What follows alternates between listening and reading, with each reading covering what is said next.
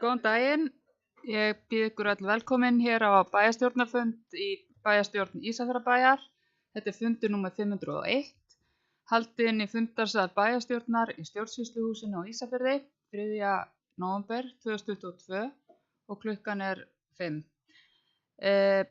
Mætt eru Gylfi Ólafsson aðalmaður, Jóhann Birkir Helgason aðalmaður, Kristján Þór Kristjánsson aðalmaður, Finney Rakel Árnadóttir varamaður, Magnús Einar Magnússon aðalmaður, Steinunn Guðný Einarsdóttir aðalmaður, Elísabet Samúelsdóttir aðalmaður, Sigríður Júlía Brynleifsdóttir aðalmaður, Arna Lára Jónsdóttir bæjarstjóri og starfsmaður fundarins er Bryndís Ósk Jónsdóttir bæjarritari.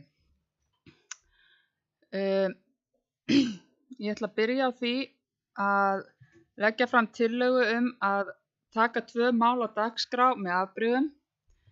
Það er mál númer 15, það er bygging nýrra nemendagarða Lýðskólans á Flateyri sem varðar tillögu að veita veðleyfi og mál númer 16, endurskoðun húsnæðisáætlunar sem varðar tillögu samþykkt húsnæðisáætlunar Ísafjarðarbæjar. Ég ætla að óska eftir að þið gefið mér merki ef þið eru samþykk þessari tilhögun. Og þetta er samþykkt samhljóða. Þá hefjumst við handa. Fyrsta mál á dagskrá er heildræn árangurstjórnun í fjármálum. Þetta er tillaga frá fundi bæjarráðs númer 1217 sem framfór 31. október síðastliðinn að bæjarstjórn samþykki tillögur KPMG en tillögurnar voru unnar frekar af bæjarstjóra og á vinnufundi bæjarfulltrúa, bæjarstjóra, sviðsstjóra og fjármálastjóra þann 1. nóvember síðastliðinn. Orðið er laust. Arna Lára.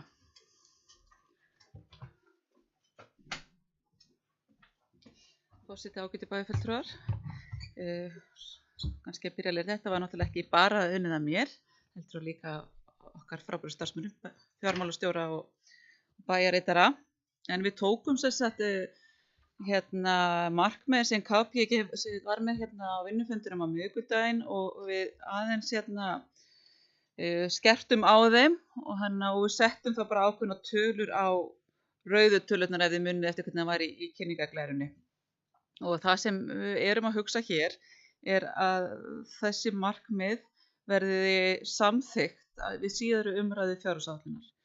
Við erum búin að passa núna að þau stemma við áætlunina næsta árs og við þurfum alltaf að passa að þetta stemmi, að við séum í takti við markmiðin okkar. Og við sjáum það fyrir okkur að markmiðin verði endurskoðuð einu sinni á ári við gerð fjárhagsáætlunar og vona okkar að þetta stendur til að við getum sett markmiði hærra heldur en við gerum. En við teljum raunhæft að við getum náð þeim eins og þeim er stillt upp núna. Og það sem verður þá líka vinnuregla hjá okkur að þegar það koma fram viðaukar sem ekki er ólíkt að gerist, það gerist nú alltaf komið viðaukar í fjárhagsáætlun, þá mun vera umsögn hvernig viðauka, hvaða áhrif viðaukinn hefur á markmiðin okkar. Þannig að við séum alltaf að vinna með þau og það er nú rétt sem formaður bæjarráðs benti mér á fyrir fundin að það er tilhneiging til þess að svona pappír, svona skjöld gleymist. Þannig að við þurfum alltaf að hafa þau við hendina og vinna markvisst með þau. Við erum þetta búin að kosta mikið til í þessari vinnu með KPMG og það skiptir máli að við vinnum með þetta mælaborð og þetta verði okkur svona leiðarljós. Og mér finnst að skipta máli að ef við náum að standa við þessu fjárhagslegu markmið þá erum við bara strax eftir 2 ár komin á miklu betri stað heldur en við erum núna. Þannig að þetta er líka til þess að við sjáum svolítið hvert við erum að fara og hvert við erum að stefna. Mér finnst það mikilvægt. Þannig að ég ætla bara að leggja þetta fram og ég óska eftir að þetta verði vísast til samþykktar við síðari umræðu við fjárhagsáætlun. Þakka þér fyrir, Arna Lára. Orðið er laust. Kristján, gjörðu svo vel.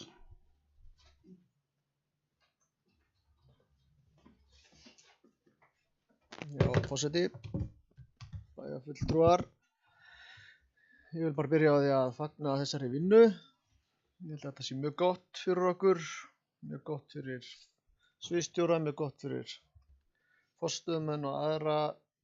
Ég held að sé mjög mikilvægt að bæjarstjóri kynni þetta þegar þetta verður algjörlega klárt hver markmiðin eru fyrir starfsmönnum, sérstaklega sviðsstjórum og forstöðumönnum sem koma að málinu, svo það sé allir að vinna í takt við þetta.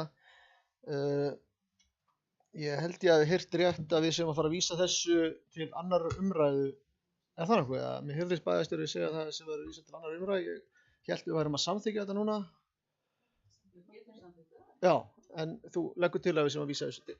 Það eru þarna alls konar, það eru mörg gögn þarna inni, þarna undir, en ef ég skil rétt þá erum við aðalega að horfa á tillögublaðið, akkurat þetta blað, þá skil ég þetta rétt, þannig að það eru þá ekkert fleiri, það eru alls konar vinnugögn sem voru þarna undir og fleiri tillögur þar inni, þannig að við erum aðalega samþykkjað á þetta plagg frá bæjarstjóra. Þá bara fagna ég þessum aðgerðum og hlakka til að vinna áfram að þessu. Takk.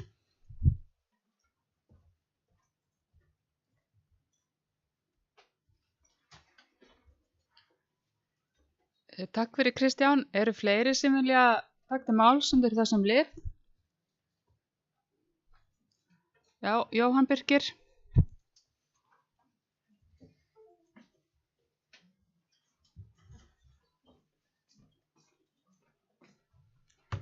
Fundarstjóri, bæjarfulltrúar, aðrir gestir, tek bara undir Kristjáni. Fín markmið, fín vinna, ekkert neitt út af þetta setja, en ég bendi bara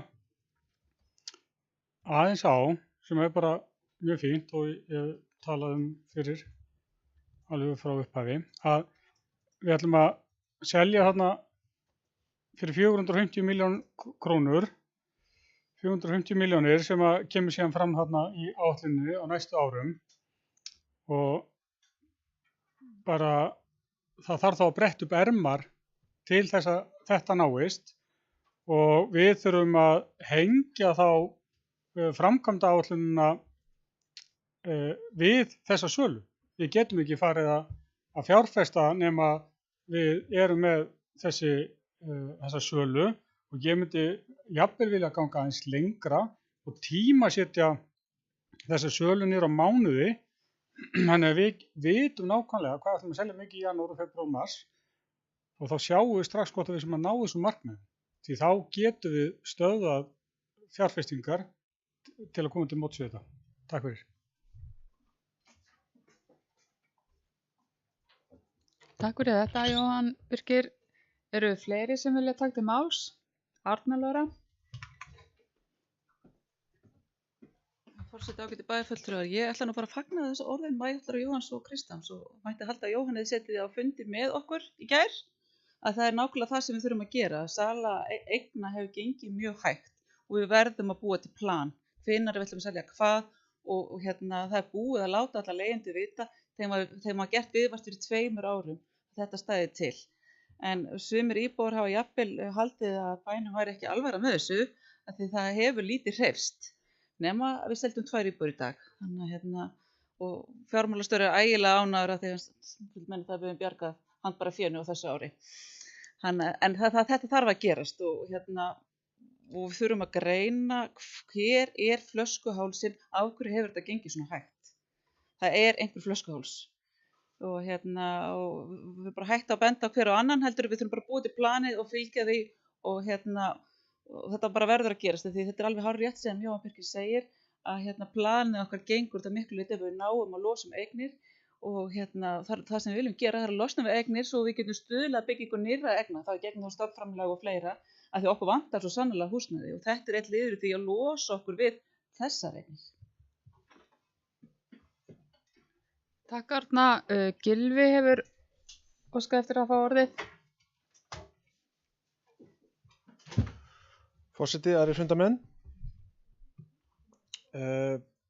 Hér er til umræðu algjört lykilplagg í stjórnun á sveitarfélagi sem þessu, og markmiðssetning af þessu tagi á sér hliðstæðu í fjármálastefnu sem að ríkisstjórnin setur til 5 ára í senn. Hér er að vísu verið að fjalla 10 ár og mjög góð markmið sett. þegar maður skoða stefna þessu tagi að þá er allt á grænu og það er mikið rými til fjárfestinga og það er hægt að gera það sem maður vill og eftirlitsnefnd með fjármálum sveitarfélaga gerir engar athugasemdir. Það sem að þarf hins vegar til þess að stefna af þessu tagi gangi upp er að þeir kosti sem að því fylgir, sem að því fylgja að fylgja svona stefnu, að þeir séu öllum ljósir, að þetta sé plagg sem er uppi daglega og að fólk átti sig á því hvað þessi hugtök þýða, hvað þau standa núna og hvert við stefnum. Þetta eru náttúrulega að mörguleiti ógagnsæ hugtök, hver er rekstrarjöfnuður og hvað þýðir veltufé frá rekstri og svo framvegis, þannig að það mætti útskýra það samhliða vegna þess að á grundvelli þessa plaggs verða erfiðu ákvarðanir teknar og þær verða erfiðar sko, af því að það er ekki alveg sama hversu góða tölum maður setur í stefnu af þessu tagi, það gerist ekki að sjálfu sér nema með því að taka erfiðu ákvarðanina líka. Þannig að ég styð að þetta verði sett til annarrar umræðu og verði samþykkt þá með mögulegum breytingum, en að við gerum okkur grein fyrir því að þetta plagg þarf að ríkja mikil sátt til þess að hægt sé að láta þetta bíta eða ráði för þegar það koma erfiðar ákvarðanir inn á borð bæjarstjórnar.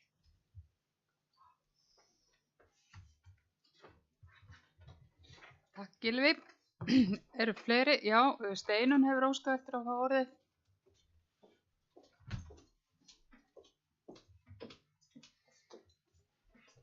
Forseti, bæjarfulltrúar og aðrir tilnefnendur.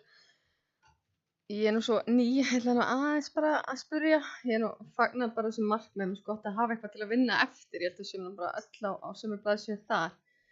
En nú, tillagan er að samþykkja tillögu KPMG og þannig nei, af því þannig aðgerðaskjal sem ég svona, já, en þau eru ennþá inni. Erum við þá að breyta því eitthvað? En ég sé ekki að samþykkja sko aðgerðirnar sem eru undir KPMG-skjalinu.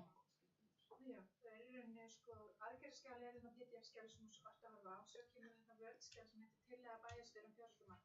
Já. Já, ég sé það. En það er það sem við erum að samþykkja. Ok, það var ekki alveg skýrt. En maður veit ekki nema að spyrja.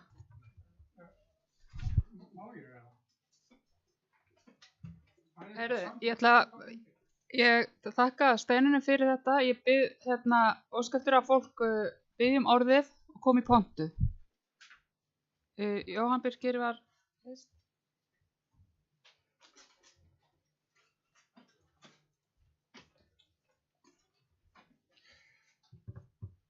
Fundarstjóri, það kemur nefnilega hérna fram að í texta að tillaga frá bæjar að bæjarstjórn samþykki tillögur KPMG og það er bara þessi texti sem ég hnýt við. Takk. Ég ætla að svara þessu sem forseti. Þegar Arna Lára kom hér fyrst upp í punktu undir þessu máli, þá talaði hún að hún myndi leggja það til að áætlunin heildræna árangurstjórnun í fjármunum verði vísað til seinni umræðu með fjárhagsáætlun. Kristján hefur beðið um orðið. Já, ok. Eru fleiri sem vilja taka til máls? Eru það allir? Ekki samþykkja skjalið frá KPMG. Nei. Við erum sjálf sér ekki samþykkja neitt, við erum bara að vísa. Nei, þannig að þá ætla ég að bera þetta upp, það sem ég sagði áðan. Bæjarstjóri hefur lagt til að áætlun heildræna árangurstjórnun í fjármálum verði vísað til seinni umræðu fjárhagsáætlun sem framfer í byrjun desember. Og þið sem samþykki það, vinsamlega skefið mér merki. Og þetta er samþykkt samhljóða. Þá er það mál 2.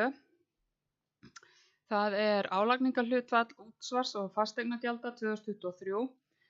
Það liggur fyrir hérna í fundagáttinni tillaga frá fundi bæjarráðs númer 1217 sem fram fór 31. október síðastliðinn að bæjarstjórn taki til umræðu álagningarhlutfall fasteignagjalda Ísafjarðarbæjar. Bæjarstjóri með breytingatillögu sem hún vill gera grein fyrir hér. Gjörðu svo vel, Arna Lára. Já, forseti, ágætu bæjarfulltrúar.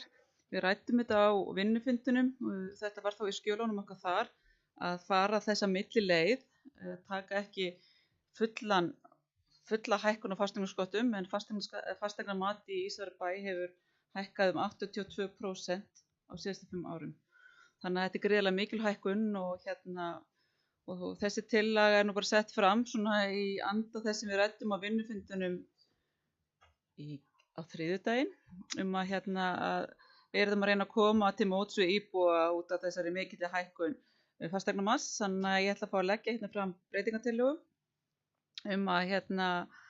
að hækkun fasteignaskatts verði bara tekin til hálfs til að koma til móts við íbúa vegna mikillar hækkun fasteignamats árið 2023. Þannig að hlutfall yrði þá 0,593 í staði fyrir 0,625 sem í þeirri fjárhagsáætlun sem eru lögð hér fram á eftir. Þannig að við þurfum þetta átt okkur á því að fjárhagsáætlun mun taka talsverðum breytingum á milli umræða ef þessi breytingartillaga verður samþykkt. Þannig að við erum að lækka tekjurnar okkar og til þess að koma til móts við íbúa. Og þetta er ekki bara lækkun á rauninni vegna því að við lækkum hlutfallir, heldur því munu tekjurnar frá jöfnunarsjóði, þær munu líka lækka aðeins, eða 10 milljónir. Þannig að þetta eru heildar lækkun á tekjum upp á 26,8 milljónir.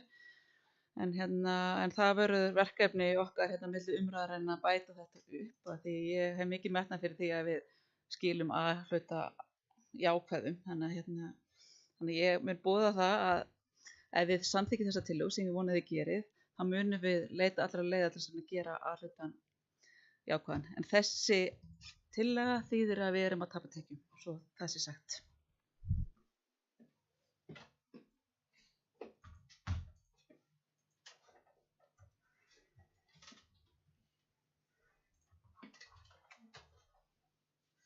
Takk fyrir þetta, Arna Lára. Orðið laust. Jóhann Birkir.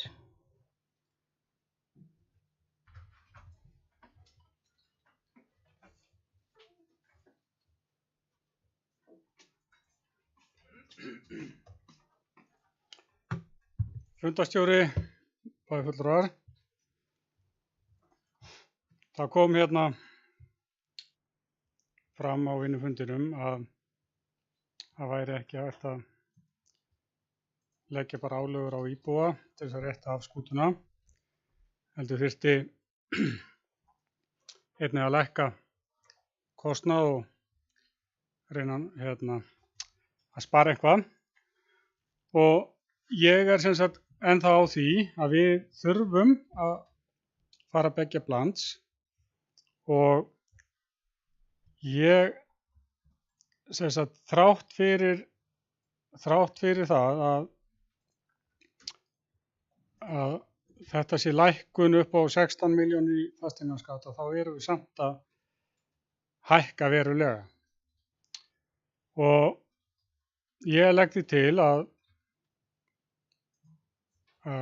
bæjarstjóra verði falið að ná rekstrarkostnaði niður sömu tölu, 100 milljónir, til þess að sýna fram á það, sýna íbúum og fyrirtækjum í bænum að það sé ekki eina leiðin að hækka skatta. Við verðum að kíkja inn á við og finna leiðir, skoða stöðugildin, er hægt að leggja eitthvað niður, hægt að minnka þjónustu og ég bara einhvern veginn get ekki séð það að það hafi farið mikil vinna fram í að reyna að hagræða. Mér finnst þetta bara vera frá því í fyrra með töluverði hækkun á mjög mörgum málaflokkum. Takk. Takk, Jóhann Birkir. Kristján hefur beðið orðið.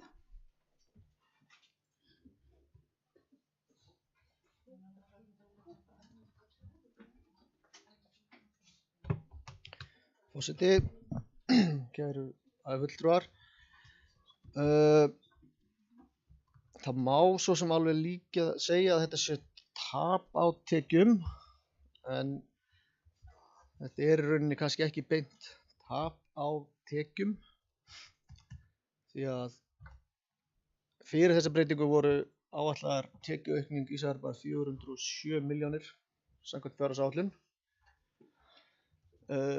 Þar af var fasteignaskattur hluti af því. Ég hef fullan skilning á því og er alveg sömu taugar og bæjarstjóri til þess að reyna að A-hluta í plús. Ég held að sé okkur öllum til velfarnaðar, en það er spurning hvaða leiðir við förum að því.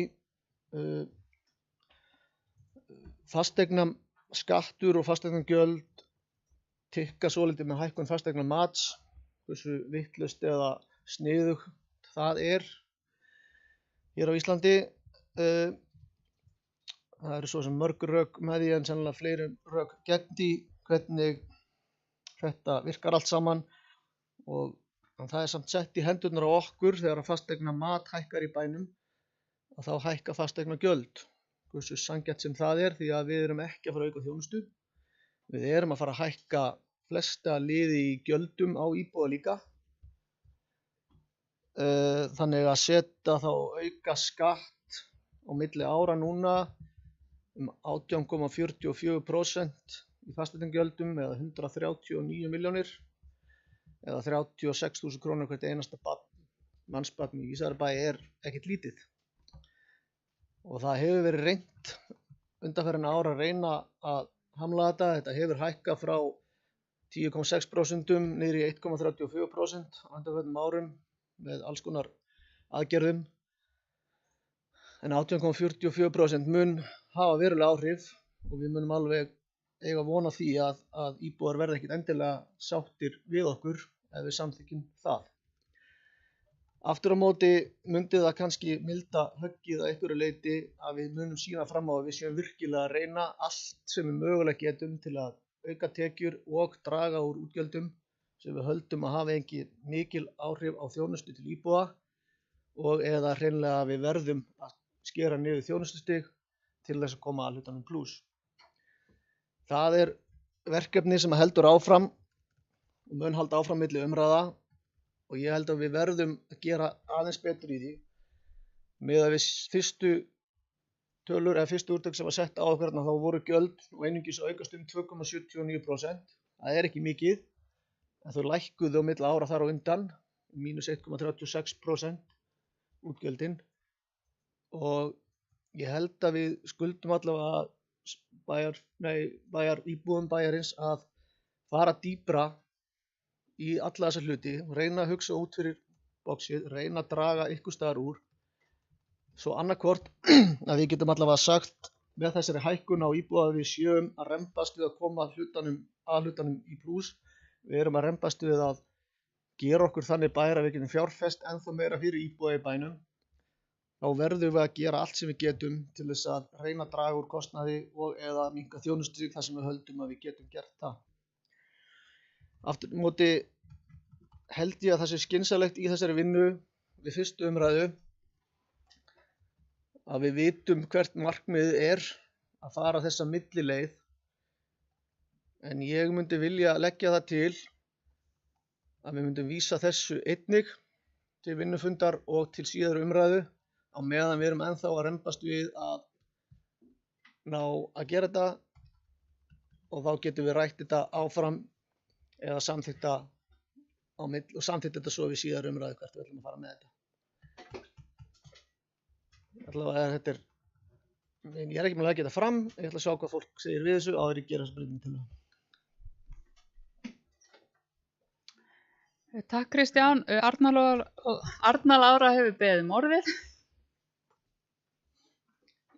Já, forseti, ágæti bæjarfulltrúar, við starfsmenn verða að fara að fá forsendurnar okkur hreint svo þeir geti fara að vinna fjárhagsáætlunina, og þessar upplýsingar eru lykilupplýsingar svo við getum fara að keyra inn í áætlunum. Þannig að ég mæli eindregið ekki með því að fresta þessu. Ég mæli eindregið með því að við samþykjum þessa tillögu, þessa breytingatillögu, svo við getum þannig svo við sjáum nákvæmlega stöðuna og hvað við erum að fást við. En það er auðvitað verkefnið okkar að reyna að gera betur og við getum gert betur í alhlutunum. Það er alveg ljóst, við getum gert það.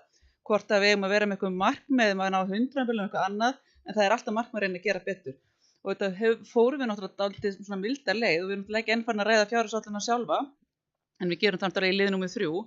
En og það er alveg sjálfsagt að reyna að gera betur og ég myndi nú bara vísa þessu til þessari tillögu sem er náttúrulega ekki komið fram beint til vinnufundar. En ég mæli eindregið með því að við samþykkjum forsendurnar svo við getum haldið áfram að vinna áætlunina. Takk Arna. Eru fleiri sem vilja taka til máls? Er tillaga komið fram? Svo er ekki. Þá beini ég því til okkar allra að við tökum þetta til umræðu á vinnufundum, höldum þessu til haga á vinnufundum bæjarstjórnar, en ég ætla að bera upp tillögu bæjarstjóra, breytingatillöguna, eins og hún er lögð fram, þar sem lagt er til að hækkun fasteignaskatta verði tengt til hálfs til að koma til móts við íbúa, eins og bæjarstjóri gerði grein fyrir. Ég óska eftir að þið gefið mér merki ef þið samþykkir þessa tillögu bæjarstjóra. Og það eru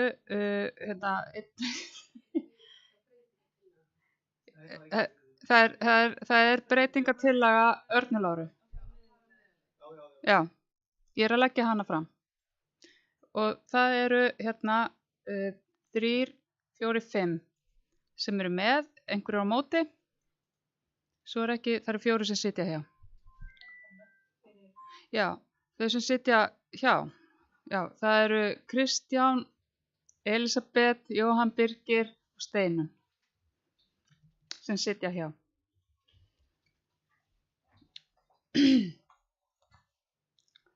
Þá erum við komin að 3. lið, það er fjárhagsáætlun Ísafjarðarbæjar 2023. Bæjarstjóri leggur hér fram fjárhagsáætlun fyrir árið og þetta er fyrir umræðu sem mun eiga sér stað hér orðið laust. Og það er Arna Lára sem ætlar að hefja leikinn. Já, forseti ágætu bæjarfulltrúar. Þetta er náttúrulega fyrsta fjárhagsáætlun þessarar bæjarstjórnar og þessa meirihluta. Og þetta er alltaf ákveðin svona gaman þegar við erum komin á þennan stað því allt haustið er oft mikið lagt undir í vinnu við fjárhagsáætlun og þetta er náttúrulega stærsta verkefni bæjarráðs, það er að gera fjárhagsáætlun og svo er það bæjarstjórnar að passa upp á að stjórnsýslan standist fjárhagsáætlun þessa mánuði sem eftir koma. En ég vil nú kannski upphafi málsins bara þakka öllu starfsfólki Ísafjarðarbæjar fyrir vel unnin störf á árinu og síðustu ár.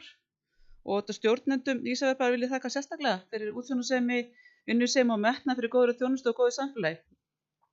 Svo vil ég náttúrulega líka þakka samstarfsfólki minni í bæjarstjórninni fyrir gott samstarf sem byggir á trausti og virðingu og við erum þetta samstigi í því að vilja gera betur og þróa Ísafjarðarbæ áfram. Það eru þetta fjölmörg tækifæri í ytra umhverfi bæjarins og þetta til að Ísafjarðarbæ geti staðið undir þessari uppbyggingu sem er hérna framundan þá þurfum við að sýna ábyrga fjármálastjórn. Þess vegna finnst mér ánægjulegt hversu bæjarfulltrúar hafa verið samstiga í þessu verkefni að taka á fjármálunum. Öll hefðu vilja fjárfesta meira og bæta þjónustuna enn frekar, en ég vil bara segja að við höfum samt séð það svartara og við munum uppskera ef við tökum vel á fjármálunum núna. Þannig ég ætla bara að leyfa mér að vera bjartsýn fyrir hönd Ísafjarðarbæjar. Íbúum er að fjölga, útsvarstekjur er að vaxa, mikill vöxtur er í atvinnulífinu og stórar fjárfestingar eru framöndan í fiskeldi og ferðaþjónustu auk annarra atvinnugreina. Svo erum við að horfa á byggingu nemendagarða bæði á Ísafirði og á Flateyri, stækkun á Eyra og fleira jákvæða hluti mætti telja til. Allt skilar sér þetta í öflugara samfélagi og vaxandi bæjarfélagi. Verkefni okkar verður þetta á næsta ári meira á skipulagsliðinni og við þurfum að skipuleggja, klára aðalskipula og deiluskipula svo við getum staðið undir þessum vexti sem er framöndan. Allt stoppar hjá okkur núna á skipulagi okkur sem er ekki í takt við nútímann og þarfir fyrirtækja og íbúa okkar. Þannig það verður stóra verkefni okkur næstu ári að hafa skipulag bæjarins þannig að við getum tekið við uppbyggingunni. Við erum að leggja áherslu á skipulagið og það er þess vegna sem við erum að færa eitt stöðugildi frá velferðarsviði yfir á umhverfis- og eignasvið til þess að takast á við þessa aukningu og þessa minnu. En það er alveg ljóst að við þurfum nýja tekjustofna og eins og ég hef oft rætt hér áður það myndi að skipta okkur sköpum að fá auðlindagjöldin inn í A-hlutan okkar og við munum þetta halda áfram berjast fyrir því. Því það væri svo sannarlega gott að fá það inn í þessa áætlun sem þar ekki núna. Eins og sést í áætlun þá verða næstu 2 árin frekar framþung. Við erum með þungra afborganir lána árið 2023 og 2024 en svo léttist byrðin verulega. Þannig að við þurfum bara að halda svolítið í okkur næstu 2 árin og svo sjáum við sólina aðeins betur. En það er auðvitað þannig eftir sem okkur gengur betur að taka til í reksturnum því meira getum við gert í fjárfestingunum og það held ég við séum öll sammála. Það er miklu skemmtilegra að gera eitthvað í fjárfestingum heldur en í rekstri. En sumarið 2020 hófum við vinnu með KPMG heildræna árangurstjórnun og við höfum þetta farið yfir markmiðin og þau munu hjálpa okkur að komast á þennan stað. Því stöðugur niðurskurður í rekstri stofnana er ekki lausnin á vandanum heldur þurfum við að breyta til og hugsa út úr bóksið og hugsa verkfall upp og nýtt og vonandi getum við gert það á þessum missurum sem eru framundan. En þetta allt er ekki sársaukalaust, við þurfum að halda okkur höndum og við erum þetta sögulega lág í fjárfestingum en þetta bara tekur sinn toll. Við erum að hækka gjaldskrár, við erum að selja eignir og við erum að hækka fasteignagjöld. En ég bara minna það að ef við höldum okkur við planið þá munum við uppskera strax á árinu 2025. En markmiðin þurfum við að endurskoða árlega og setja okkur hærri markmiði vel gengur. En það er auðvitað augljóst að það verða hér breytingar á milli umræðna í ljósi því að við vorum að samþykkja hér breytingatillögu fasteignaskatta. Þannig að það verða töluverðar breytingar á milli umræðna. Þannig að það eru auðvitað tækifæri til þess að koma með tillögur til þess að helst til að bæta reksturinn og ekki til þess að auka mikið á kostnað. En það sem eru auðvitað augljóst í þessari áætlun að það eru stór verkefni sem eru vanfjármögnuð á ríkinu. Mér langar sérstaklega að minna benda á málefni fatlaðs fólks en það vantar 126 milljónir á næsta ári svo málaflokkur standi undir sér. Það eru 100 á þessu, 126 á næsta og við erum að borga 43 milljónir með hjúkrunarheimilinu Eyri og þetta bara tekur í. Þannig að þessar 126 milljónir eru í A-hlutanum hjá okkur og 43 í B-hlutanum. Þannig að þetta myndi skipta sköpum ef við fengjum leiðréttingu á þessu. En það eru mörg sveitarfélög að glíma við áskoranir í rekstri og fjármögnun lögbundinna verkefna og með lausafjárvanda og rekstrartæp og skuldarsöfnun. Og við erum líka á þeim vagni. Og ég reyndar áætlunin ekki eins slæm og ég hafi óttast. Þannig að mér finnst nú niðurstaðan betri en ég þorði að vona. En við erum að gera ráð fyrir jákvæðri afkomu samstæðan upp á 136 milljónir og reyndar rekstrartæpi á A-hlutanum upp á 33 milljónir. En við munum gera breytingar á milli umræðana og það væri afskaplega ánægilegt ef við næðum að gera það og það eru hér tillögur sem ég mun leggja fyrir og eftir tillögur sem gætu náð því markmiði. Það er meðal annars færslu deilda og laga reikna hlutfall milli stofnana. Við erum að gera ráð fyrir sömu útvarsprósentu milli ára 14,52 og þetta er bara í toppi eins og hefur verið síðan ég byrjaði í bæjarstjórninni. Við hefum alltaf verið í toppi. Við erum að leggja útvarpsgreiðslur árið 2023 verða 2.700 milljónir króna en voru 2.560 árið 2022. Við erum ekki að gera ráð fyrir fjölgun íbúa í þessari áætlun og ég vil meina það að við eigum það bara inni. Ég meina okkur að fjölga, okkur mun fjölga. Við eigum það bara íbúa fjölgunina inni í áætlunni þannig að tekjurnar getur mögulega vaxið. Þannig að við eigum þarna borð fyrir báru á tekjuhliðinni. Við erum að gera ráð fyrir 6% verðbólgu og það er bara viðmiðið frá Sambandi sveitarfélaga sem að áætla verðbólga 2023 verði 5-6% en síðast því og þá var ársverðbólgan 2002 9,4%, ekki nema að sé komið ný sem ég var ekki búin að kanna fyrir þennan fund. Við erum að sjá talsverða hækkun á fasteignamati og eins og ég nefndi hér áðan þá hefur fasteignamat í Ísafjarðarbæ hækkað 82,2% á síðustu 5 árum sem talsvert mikið og þetta bara skýr merki jákvæða uppbyggingu í bænum. Þó að þetta sé erfitt fyrir fasteigna eigendur að fá svona mikla hækkun, þá er þetta merki uppbyggingar. Veltufé frá rekstri samstæðunnar er 776 milljónir króna árið 2023. Við erum að gera ráð fyrir 822 milljónum árið 2024 og svo hækkar það enn mær 25 og 26. Þannig að þetta eru jákvæða hlutirna sem ég var að nefna áðan. Og við þurfum að hafa 7, 8, 900 milljónir til þess að eiga hér góðan rekstur og geta fjárfest. Við bara má ekkert vera svona lítið eins og við erum með núna. Og 2020 náttúrulega bara afleitt upp að þetta að gera. Þó svo að við séum að halda okkur höndum þá eru nokkur góð verkefni í áætluninni og má þar nefna fyrst að velferðarsvið er að leggja til að við förum í verkefni sem kallast velferðarþjónustu tækni. Þetta er forrit sem velferðarsvið innleiða fyrir viðskiptavini og síma. Þetta er forrit sem notar í síma til þess að þjónusta betur íbúa eldri borgara. Þannig að tæknin gerir starfsfólki kleift að halda betur þjónustu við okkar fólk, halda yfirsýn, skipuleggja og nýta tíma starfsfólks betur. Þannig fylgst með lyfjagjöf, innlitum og hvað er gert í hverju heimsókn og þetta er verkefni sem velferðarsvið leggur til að við samþykkjum og þetta er inni í áætluninni.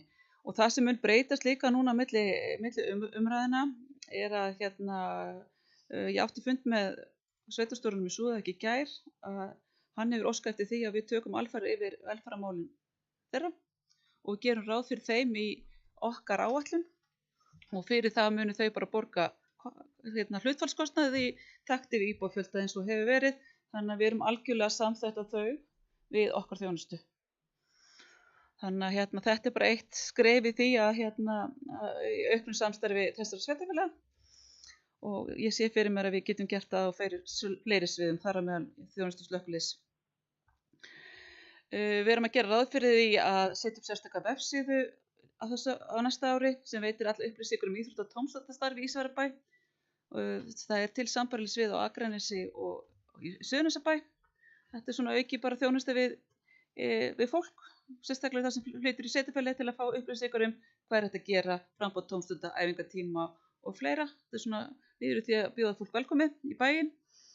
En það er þetta þannig að við erum ekki með margar framkvæmdir inn á áætluninni og við erum þetta framkvæma frekar lítið, en við erum með eina framkvæmd sem við þurfum náttúrulega að hafa töluvert mikið fyrir að koma inn og það er náttúrulega nýr gervigrasvöllur á Torfnesi. Hann er inni í áætlun og við erum að leggja til að það verið samþykkt og það var eina tillögum frá Kristjáni Þór, fulltrúa Framsóknarflokksins, að við myndum reyna að koma sér fyrir og setja þetta á 2 ár, 23 og 24 og það er svona minni biti heldur en setja þetta á 1 ár og þetta er bara komið inn og við erum að leggja til að þetta verði sett á áætlun næsta árs.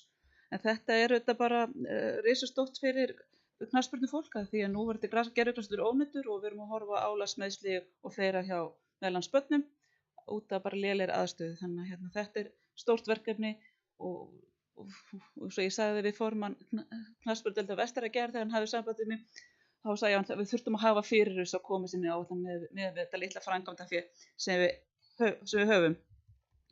Og öðrum svona minni verkefnum sem kannski réttir að nefna, við erum að tala um að laga svæði í kringum Tuttan og Suðureyrar sem skiptir máli, setja upp hreystitækin á Ísafirði og Þingari, en eins og þið munið þá fengum við ekki góð tilboð í uppsetningu hreystitækja á Ísafirði sem var auglýst núna fyrir skömmu, þannig að við sjáum fyrir okkar að setja það upp næsta ári með Þingari, en þessi tæki hafi verið keypt, þannig að nú það bara setja þau upp. Það eru talsvert mikla framkvæmdir fyrir ára á höfninni. Það er verið að leggja lokuhönd og stækkun Sundabakka. Löndunarkraninn sem er bara farin að vera fastur inn á áætlunni, búin að vera í 2-3 ár, en það er búið að panta, en ég held að það sé bara að vera að bíða eftir honum. Þannig að þetta er verkefni sem við erum búin að hafa lengi inn á áætlunni og sér nú vonandi fyrir endan á því. Og við erum með endurbætur á Hafnargarði og Þingari, nýja bílófa og Ísafirði og eitthvað sem nefnt. Það eru líka talsverðar framkvæmdir áætlaðar í Vatnsveit og Fráveitu. Við munum fara í annan áfanga vatnsleiðslunnar í Staðardal í Súgandafirði og svo erum við að fara í talsverðar framkvæmdir í vatns- og fráveituleiknum í Tungukri. En við þurfum þetta bara að gæta að það, svo hakan í rekstri og við þurfum þetta kannski að reyna bara að verja góða þjónustu og vera kannski svolítið saman að því að reyna að gera bara Ísafjarðarbæ að góðum búsetukosti og það sem stóra verkefni okkar er að byggja húsnæði. En ég ætla að leggja hana bara, hún er bara hér með að vera lögð fram, fjárhagsáætlunin. Það er bara spurning, forseti, hvort að ég eigi að kynna þessa breytingatillögur líka samhliða. Þannig að ég er hér, ætla að fá að leggja hér nokkrar breytingatillögur við fyrri umræðu. Og það fyrsta tillagan gengur út að deild 13630 sem er upplýsingamöstu verði lögð niður í núverandi mynd og verkefni færð undir deild 41710 Hafnarskrifstofur og gerða verði ráðstafinu varðandi starfsmenn og þeir fluttu til í starfi. Og svo þessi sagt þá er búið að ræða þetta við viðkomandi starfsmenn og eru spenntir við þennan flutning. Og þetta er þetta liður í því að gera A-hlutan sjálfbærari, þarna erum við að færa kostnað úr A-hluta yfir í B-hluta. Við erum að leggja líka til að leigu verða þjónustu íbúðum og íbúðum með fasti svo að eignastofs endurspegli raunkostnað svo að standi undir sér. Þannig að KPMG er að vinna fyrir okkur forrit, þannig að við sjáum raunkostnað á hverri eign, þannig að við getum þá rukkað í samræmi við það leiguna. Þannig að við ættum ekki að vera að borga með eignum. Við erum líka að leggja til að gerði verða ráðningarreglur sem ganga út að rýna hverja starfsstöð og sjá hvort mönnun sé í takt við þarfir. Og eftir atvikum, þegar störf losna, rýna vel hvort að þurfa að endurráða í þau. Og svo er það þannig að bæjarstjóri verða að samþykkja allar nýráðningar. Það er auðvitað þannig, við erum búin að vera undir í launum núna allt þetta ár og það er auðvitað einhverja ástæður fyrir því. En það er líka velt að gera svo spurning hvort við séum jafnvel ofmönnuð á einhverjum stöðum og þessar reglur eiga kannski svolítið að ná utan það. Þannig að það sé ekki bara sjálfvirkt að ráði störf þau eru losna, heldur að hugsa, er þetta nauðsynlegt, getum við gert þetta öðruvísi? Oft bara er þetta nauðsynlegt störf, við verum að ráða aftur en það getur að koma tilfelli sem svo er ekki. Og þetta er þá líka ef það er þörf á öðrum stöðum þannig að við getum fært til stöðugildi. Svo er hér tillaga númer 4 sem er bara óskært að bara fá heimild til að setja 3 eignir úr eignarsjóði á sölu. En þessi sala er þau náttúrulega aldrei samþykkt með leyfi bæjarstjórnar. Þetta er bara óskun leyfi fá að setja á sölu. Það er sérst Bakkaskjólinn Hnífsdal sem er gamall leikskóli sem hefur ekki nýst sem slíkur og ekki sérst vegna þess að hann er á sérsvæði og það er ekki hægt að hafa börn þar. Svo er hér eign á Suðurtanga 2 sem var keypt á síðasta kjörtímabili og er sjósportmiðstöð Íslands hefur það rekin. Ég ætla óska eftir heimild til að fá að setja á sölu og athuga hvort við fáum einhver tilboð í það sem okkur líst á. Það voru hér hugmyndir á síðasta kjörtímabili að það var ótti að einstaklingar eða fyrirtæki myndu kaupa þetta húsnæði sem myndi ekki samræmast svæðinu. En þegar við erum að selja þá getum við gert að því að viðkomandi sem vill, ef við fáum tilboð, það samræmist þeim notum og því umhverfi sem við viljum selja. Þannig við getum sett einhverja reglur það. En svo er það félagsheimili á Flateyri. Lýðskólinn hefur verið með það til sinna umræða og í mínum heimi þá væri þetta best fyrir okkur að fela bara lýðskólanum þetta hús og þeir bara fái þetta hús. Og þetta er allt gert til þess að reyna að minnka efnahaginn hjá okkur í Ísafjarðarbæ. En þetta er sérst heimild, það er ekki verið að óska eftir samþykki að selja þetta. Þetta er bara að fá heimild til þess að setja á sölu. Svo er það tillaga 5 að endurskoða verið regla milli A-hluta og B-hlutastofnana. Þessi fjölmörg verkefni eru framvindin hjá B-hlutastofnunum í vatnsveitu og fráveitu og með þessu erum við að reyna að setja meiri kostnað á vatnsveituna og fráveituna og til að draga úr kostnaði á A-hluta. Svo er það tillaga 6 sem ég vil að verði skoðað á næsta ári. Það er að kanna þeirra hagkvæmni þess að bjóða út eða endurskipula matarþjónustu og ræstingar. Þetta eru tillögur sem við erum að draga út úr KPMG skýrslunni. Og þetta var auðvitað pínu kannski rugglingslegt undir fyrsta hlið hvað við værum að samþykkja og vísa til annar umræðu en þarna erum við búin að tína út tillögur úr skýrslu KPMG og setja vonandi skýrtu. En allavega leggi fjárhagsáætlun Ísafjarðarbæjar fyrir 2023 hér fram til umræðu og óska svo eftir í lokin að henni verði vísað til seinni umræðu 1. desember. Takk fyrir þetta, Arna Lára. Orðið er laust. Kristján hefur óskað eftir að taka til máls.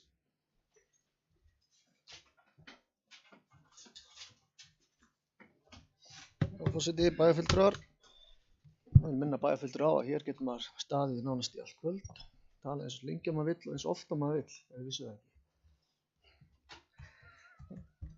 En ég vil byrja á því að þakka bæjarstjóra og starfsfólki fyrir þessa vinnu, þó að ég viti að það sé hellingur eftir og hlýtur að vera pínlítið léttir að vera að koma með eitthvað grunn í þetta. Einnig vil ég þakka bara mjög gott samstarf við bæjarstjóra og við meirihluta. Við byrjum þessari vinnu og bara mjög fínt upplýsingaflæði við vinnum þetta og vera að þakka það. Það er bara búið að vera alveg til fyrirmyndar. Ég sammála bæjarstjóra það að það eru bjartir tímar framundan hjá okkur og er búið að vera í svolítinn tíma þó að þessi bjartir tímar koma alltaf aðeins seinna heldur en við vonumst til, sko. Það gerist allt einhvern veginn hægar en kannski eigum við einhvern hlut á máli, þess vegna fagna ég því að við séum að fara á fullt í deiliskipulagsvinnu og þess háttar og verður vonandi formaður skipulagsnefndar á fullu í að ýta á eftir því og allt verið að því hún situr hérna við borðið þá ber hún mikla ábyrgð á því að nú fara allt á stað, sko.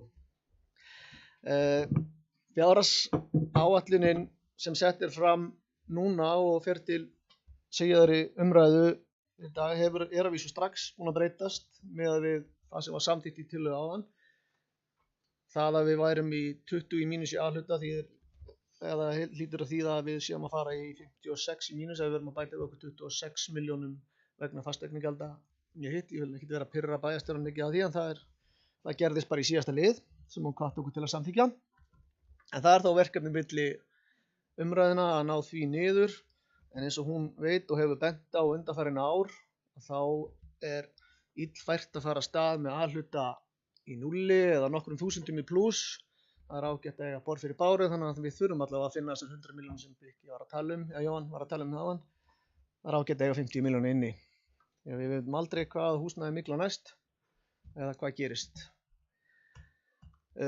Alveg sammála því að það er verkefni okkar allra, hvað sem er meirihluta, minnihluta eða hvar sem liggur í sveitarstjórnum að við erum ekki að fara að fá nóg frá ríkinu.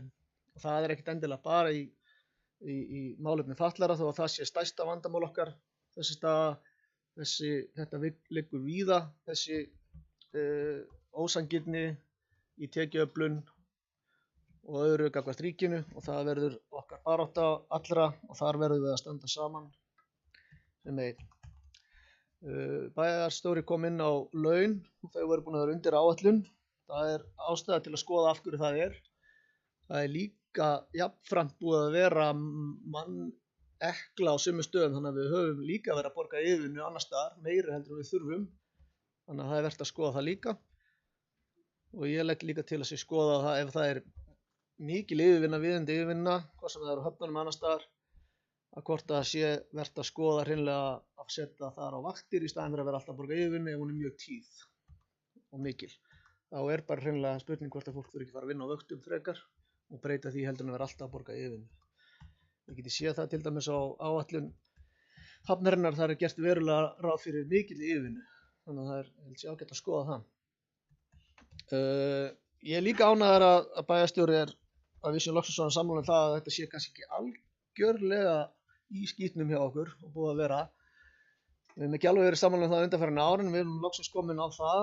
Það er bara spurning hvorum megin við sitjum við borðið, en þetta er samt erfitt, en kannski ekki alveg jafn slæmt og alltaf, en það hefur ýmislegt spilað inn í undanfarin ár, annað heldur en þetta, en við erum þá allavega að sjá fram á tekjuaukningu í þessari fjárhagsáætlun, að vísu að breytist það í síðasta lið upp á 407 milljónir, sem verðst er að fagna því að auðvitað er megnið af því eða mikið af því að fara á íbúð okkar og verðum við að reyna að koma þeim í skilningu það að við séum ekki gera þetta á öðru leyti heldur en bara að reyna að búa hérna áfram og reyna að gera okkur þannig færa að við getum fara að fjárfesta í ykkur skemmtilegu og vonandi í ykkur öðru sem liggur undir niðri ef aðrir bæjarfulltrúar eru að hlusta stránast það frá og hljótum við að þurfa að gera við lagnirnar okkar líka og annað slíkt.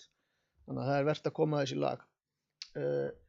Ég hvet bara bæjarstjóra þá og starfsmenn að fara í þessa miklu erfið vinnu sem eftir, þetta ekki búið og ég held að sé mjög mikilvægt að við höldum áfram góðu samstarfi því að það mikilvægt að bæjarstjórnin öll sé sátt við fjárhagsáætlun og við getum gengið hérna út í byrjun desember með samþykkta fjárhagsáætlun 9.0.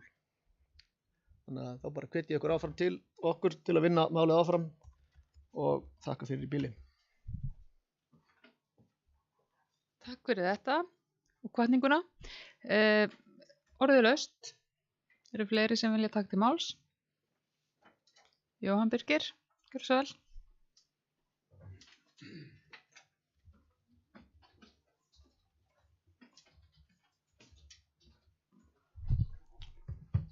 Forseti bæjarfulltrúar og aðrir tilheyrendur.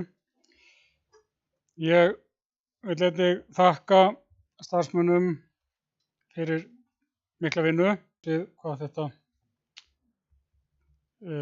tekur mikinn tíma og erfitt að hnoða þessu saman. En ég hljóma svolítið eins og rispurplata. Það í greinagerðin sem fylgir með og þá verið að telja upp húsnæði sem á að selja og svo kemur náttúrulega íbúðir fast í svo auki og í áætlunni gert ráð fyrir að selja eignir fyrir 450 milljónir á ári en svo kemur í greinagerðinni að það sé nauðsynlegt að sveitarfélag eigi 30 íbúðir á leigu. Þannig að það væri nú gaman að sjá hvort að ef við seljum ekki þessar 30 íbúðir, hvort að við getum selt fyrir alla þennan pening. Ég veit svo sem ekki alveg hvað eru margar íbúðir eftir í Fastis. Það eru kannski einhverja 85-90 eignir og þá erum við kannski bara að tala einhverja 50 eignir til að selja og ég veit ekki hvernig við ætlum að fá allar þessa 100 milljóna fyrir þessar 50 íbúðir. Því að ég átta mig líka á því að þetta sem tiltekið þarna upp sem að Arna Lára var að óska eftir að fá að selja, eða bæjarstjóri. Þetta nú kannski ekki beittustu hnífarnir í skúfunni og verður kannski ekkert verulega hátt sem við fáum fyrir þetta. Þannig að ég ætla bara að lýsa því yfir að ég ekki sammála því að sveitarfélagið þurfa að eiga þessar 30 íbúðir því að Ísafjarðarbær afskaplega lélegur eigandi á íbúðum og fasteignum yfir höfuð. Sveitarfélagið getur alveg leigt þessar 30 íbúðir. Þetta gerir það að verkum ef við myndum selja þetta. Það minnkar álag á bókhald og laun og starfsmannakostnað almennt að vera ekki með leigufélag. Þetta og við getum alveg samið við einhver fyrirtæki eða einstaklinga til þess að sjá okkur fyrir félagslegt húsnæði. Þannig ég myndi nú gjarna vilja að við myndum skoða þetta hvort að þetta sé eitthvað nauðsynlegt. Þá ætla ég aðeins að fara yfir í reksturinn og það eru svona þegar maður skoðar reksturinn þá eru sumir málaflokkar sem eru svona bara standa á pari milli ára sem gott en svo eru aðrir sem að hækka 15% milli ára sem ansi mikið og það væri gaman að fá skýringu á því hvað veldur að þetta sé svona og nefni bara þá enn og aftur að ég held að það sé nauðsynlegt eins og Kristján kom inn á að lækka rekstrarkostnaðinn til þess að standa undir þessu öllu saman og að það sé afgangur í alhluta. Vissulega kemur einhver kostnað við að færa upplýsingadeildina yfir á upplýsingamiðstöðina yfir á B-hluta en það skýrir að það sem sagt lækkar ekki samt kostnað bæjarins heldur bara kostnað A-hluta.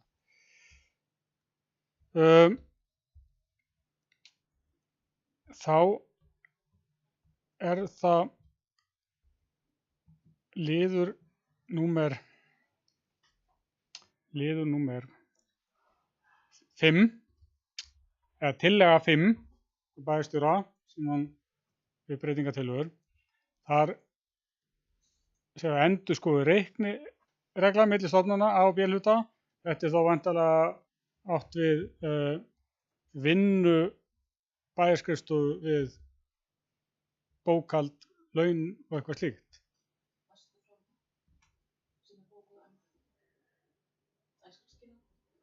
Já, ég held ég átti mig á þessu og það er svo sem gott og gilt að munir að fara í einhvern svona leik til þess að láta B-hlutastofnanirnar borga meira, en það er svo sem allt í lagi með það, en aðalmálið að við sögum ekki fara á milli vasa til að finna peningana, heldur lækkum við rekstrarkostnað og setjum okkur þá markmið í sölu íbúða og minnkum eignasafnið.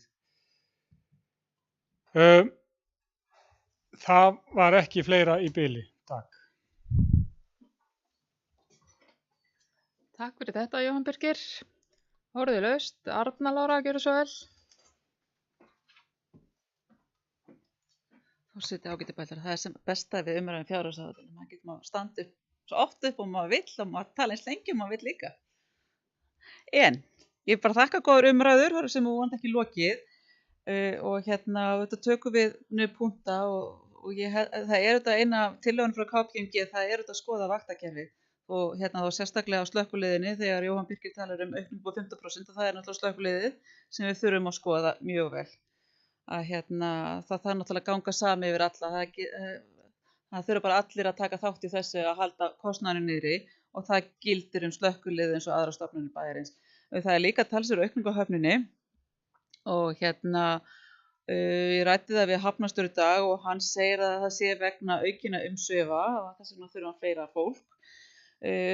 Ég spyr mig alveg eins og Kristján gera og ég held að við þurfum að skoða það líka með umræðu hvort það sé rétt að við þurfum að taka upp þetta vaktakerfi á þessum tveimur stofnunum, slökkviliði og á höfninni og reyna að þetta er svona á starfstöðum þar sem við erum alltaf með vaktir eins og á höfninu á sumum, það er bara stanslausa vaktir, þá er það bara nákvæmlega sama gildir búsetuna í málefnum fatlaðra, það er bara fólk sem gengur vaktir, þú bara ráðir inn frá 6 á kvöldin til miðnættis, þannig að við þurfum að ræða það við hafnarstjóruna milli umræða hvort að það sé leið að fara þessa leið til þess að ná niður kostnaði. Það eru þetta hárrétt sem Kristján segir, það er dýrt að vera með fólk alltaf á yfirvinnu.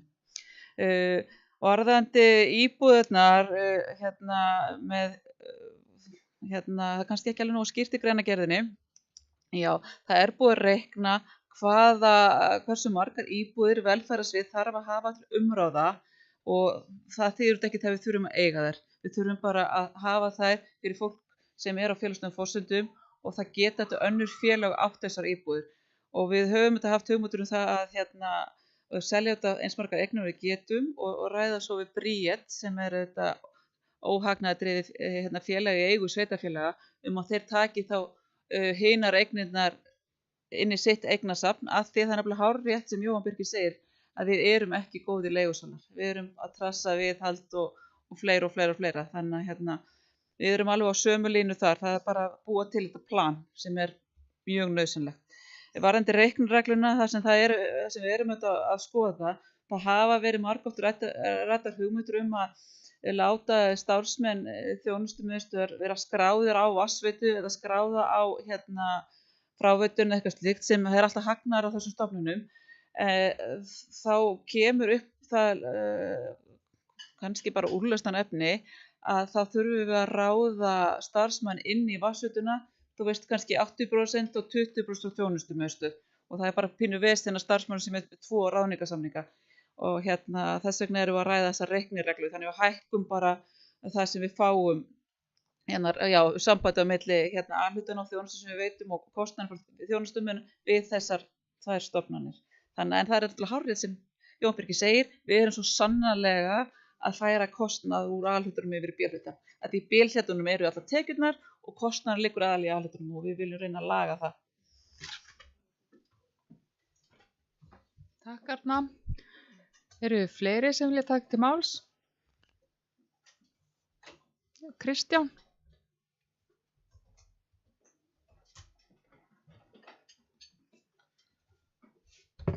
Já, forseti, bæjarfulltrúar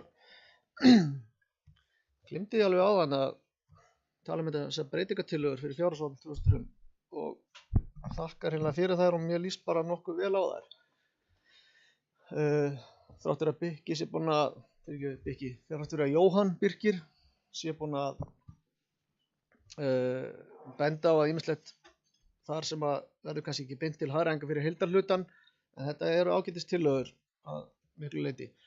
Það er kannski ágætt að brýna líka bæjarstjóra og benda öllum bara á það hér að sala eigna er mjög mikilvæg fyrir Ísafjarðarbæ á næstu árum, en jafn mikilvægt að finna fleiri tekjustofna og koma rekstrinum í lag því að við seljum þessar eignir bara einu sinni. Þannig að það getur ekki verið lausn til mikilla framtíða, nema þá kannski næstu 5 til 10 ára eftir hvað okkur tekst að selja þetta hratt. Þannig að verkefni verður alltaf að reyna að koma að þessum rekstri. Við hófum auðvitað hjálpar það til að lækka skuldir, hjálpar til við rekstur að ná að losa eignir og hjálpar okkur til að fjárfesta upp á nýtt. Eða þá í gegnum, ég svo sem ekki mikill stuðningsmaður þess að við eignumst aðrar íbúðir fyrir það sem við seljum, heldur myndi ég á þessum tímum þar sem að það er eftirspurn annars slíkt að við myndum bara reyna að koma þá frekar deiliskipulagi í lag þannig að verktakar geti farið að byggja íbúðir fyrir íbúða, en auðvitað getum við komið að þessu með stoppframlögum í ákveðnum verkefnum sem er bara vel. Varandi þessar 30 íbúðir, þá held ég að það sé alveg rétt að við þurfum ekki að eiga þær, en við þurfum samt að tryggja það að annarkvort sjálfseignarfélag eða annars slíkt sem tekur eða Bríet annars slíkt sem tekur að þessu, að það sé alveg á hreinu og það sé fyrir skjólstæðinga Ísafjarðarbæjar. Þannig að við skulum fara allavega að bara skoða það vel og handlega áður við flýtum eitthvað að því að það var gert viljandi hér á kjörtímabilinu fyrra að spurja velferðarsvið hvað þyrfti virkilega á íbúðum fyrir skjólstæðinga og það er alveg ástæða fyrir því. Takk fyrir. Takk fyrir það. Fleiri sem vilja taka til máls? Já, Jóhann Birkir.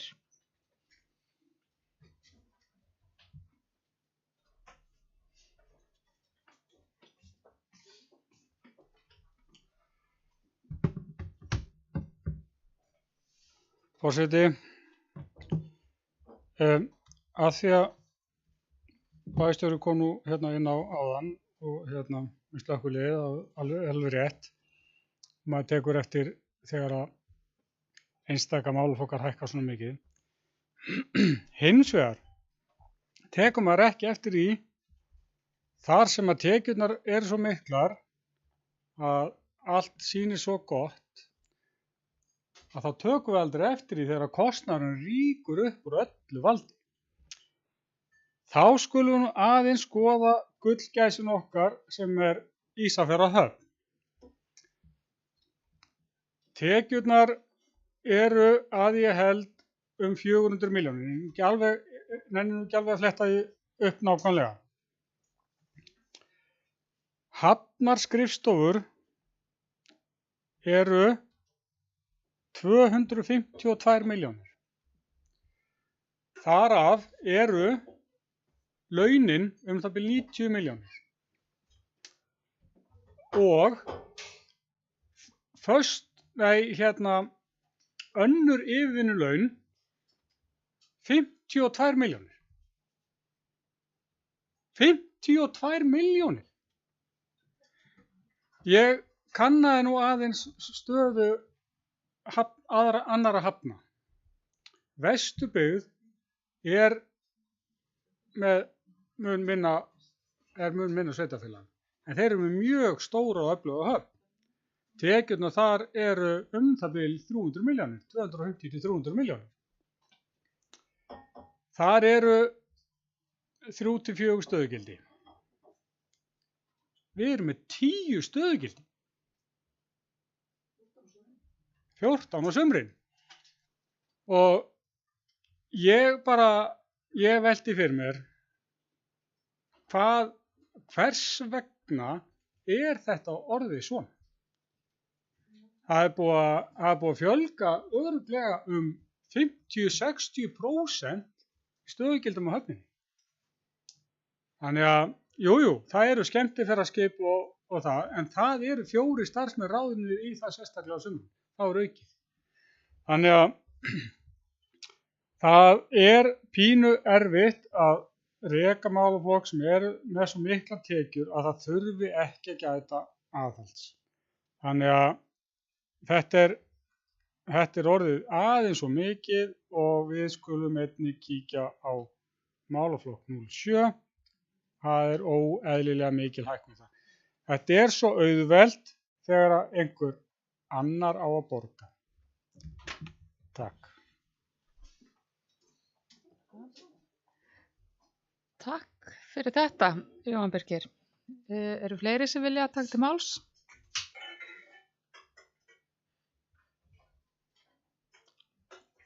Nei, svo er ekki. Þá slökkt tölvan á sig. Bíðið nú við.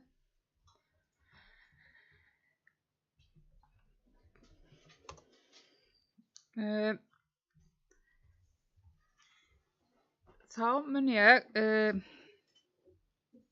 taka þetta fyrir í 2 liðum hérna, afgreiða þetta. Á grundvelli afgreiðslu í lið 2, þá mun fyrirliggjandi áætlun breytast og þá liggja fyrir breytingatillögur frá bæjarstjóra. Þær eru lagðar fram í 6 liðum, eða þetta eru 6 tillögur og ég óska eftir að fá leyfi hjá bæjarstjórn til þess að bera þær upp allar í einu og vinsamlega gefa mér merki.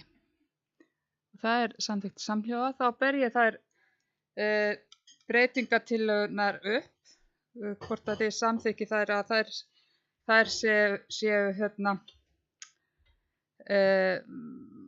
unnar áfram í tengslum við breytingu á fjárhagsáætlun. Vinsamlega gefa mér merki.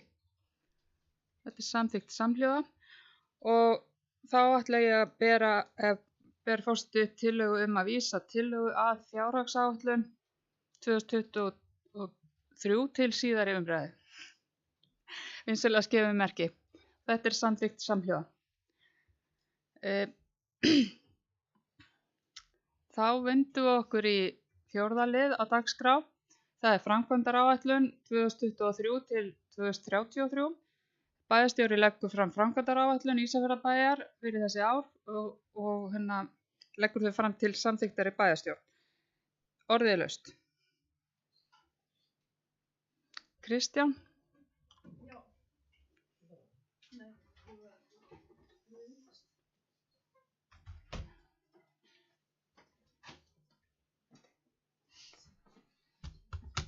Já, forseti, bæjarfulltrúar. Hún sé ekki komið með leið á mér. Miðað við umræður hér í kvöld þá áttum við okkur á því að framkvæmdaráætlun er ekki kannski jafn digur og hún hefur stundum áður verið. Það er ástæða fyrir því. Þá verðum við að gera það sem við getum í þessum efnum. Það er aðalega 2 atriði sem ég myndi vilja tala um hérna. Fyrsta lagi það sem var rætt í fjárhagsáætlun áðan, þá fagna ég því verulega að hér sé komið inn á framkvæmdaráætlun við gerð gervigrasvellar við aðalvöllinn. Það er eiginlega ekkert að lýsa, ég held að fólk gerir sér ekki grein fyrir hversu mikilvægt þetta er. Ég veit ekki hvort að fólk allir gerir sér grein fyrir aðstöðunni sem að stærsta og fjölmennasta íþrótt barna og fullorðinna í Ísafjarðarbæ líður og hefur verið fyrir núna. Ónýtt gervigras var eyðilagt algjörlega síðustu páska og er núna mikil hætta af því, ekki bara líka á stoðgerðisvandamál hjá börnum og fullorðnum. Þannig að ég fagna því verulega þetta sem komið inn og ég fagna því að mig var hlustað að við reyna að gera þetta á 2 árum því að ég held við náum því frekar 2024 ef við byrjum 2023. Við höfum aldrei náðu þessu við byrjum 2024. Annað sem að datt svolítið seint inn á framkvæmdaráætlun sem að ég myndi vilja skoða betur, ég er bara ekki alveg komið með endalega niðurstöðu og útskýringar á hvort það sé ekki hægt að gera annað. Eru 28 milljónir í kaup á stjórnsýsluhúsi 140 fermetrum 4 geymslur. Finnst ég ekki vera búin að fá það alveg hreint hver leigukostnaðurinn myndi vera, hvort að þeim sé möguleiki að leiga þetta og hvort að það sé algjörlega vonlaust fyrir okkur að nota eitthvað af öllum okkar eignum sem við eigum sjálf í þetta verkefni. Ég ger mér bara ekki grein fyrir því, en þetta eru stóra tölur og þetta er upp í sendin. Ég skil alveg að við séum í vandamálum með þetta. Ég skil að við erum að fara í endurbótum, það er að koma upp, en við á safnaði það eru 35 milljónir í endurbyggjum kjallara og loftræstingu og öðru þar. En það voru umræður það að það var jafnvel hægt að nýta það rými í eitthvað annað síðar heldur en skjalageymslu. Við þurfum bara að velta þessu upp hvort að við þurfum ekki bara að fara með skjalageymslu aftur þar niður og vera með einhvers konar fundarherbergi annars staðar. Því þetta er alveg 28 milljónir og það er ýmislegt annað sem býður. Ég veit ekki hvernig við getum komist út úr þessu eða hvort við séum að ekki fara að samþykkja þessi framkvæmdaáætlun eða ekki. Mér finnst ég bara ekkert að ég hefði viljað skoða þetta mál eitthvað aðeins frekar, sko. Alla kosti við þetta. En þetta er það sem ég hef að segja um þessa framkvæmdaáætlun núna. Takk. Takk Kristján. Eru fleiri sem vilja taka til máls? Jóhann Birgir.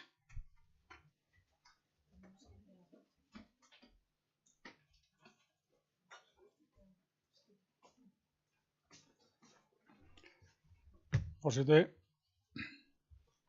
ég er svo hjartanlega sammála Kristjáni með þessar 28 milljónir. Þetta kemur mjög svona hratt inn og að því að þetta er stóra bankabókin sem á að borga, sem skattgreiðendur leggja inn á mánaðarlega, að þá er ansi auðvelt að eyða peningum annarra. Rekstrarkostnaður bæjarskrifstofu mun aukast verulega við kaup á þessu. Það er komið að viðhaldi á þessu húsi sem við setjum í núna. Þetta eru 140 fermetrar.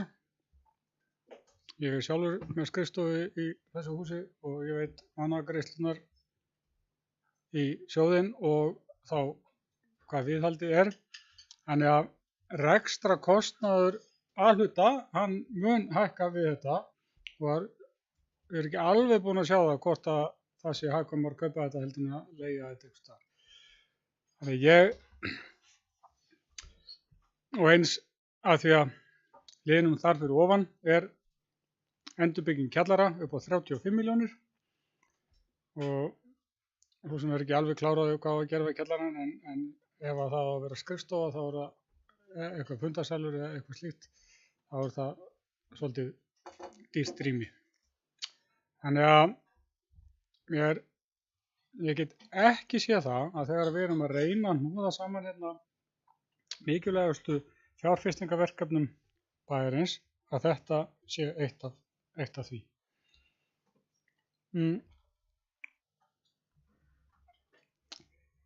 Þess að þrátt fyrir það að þetta sé nú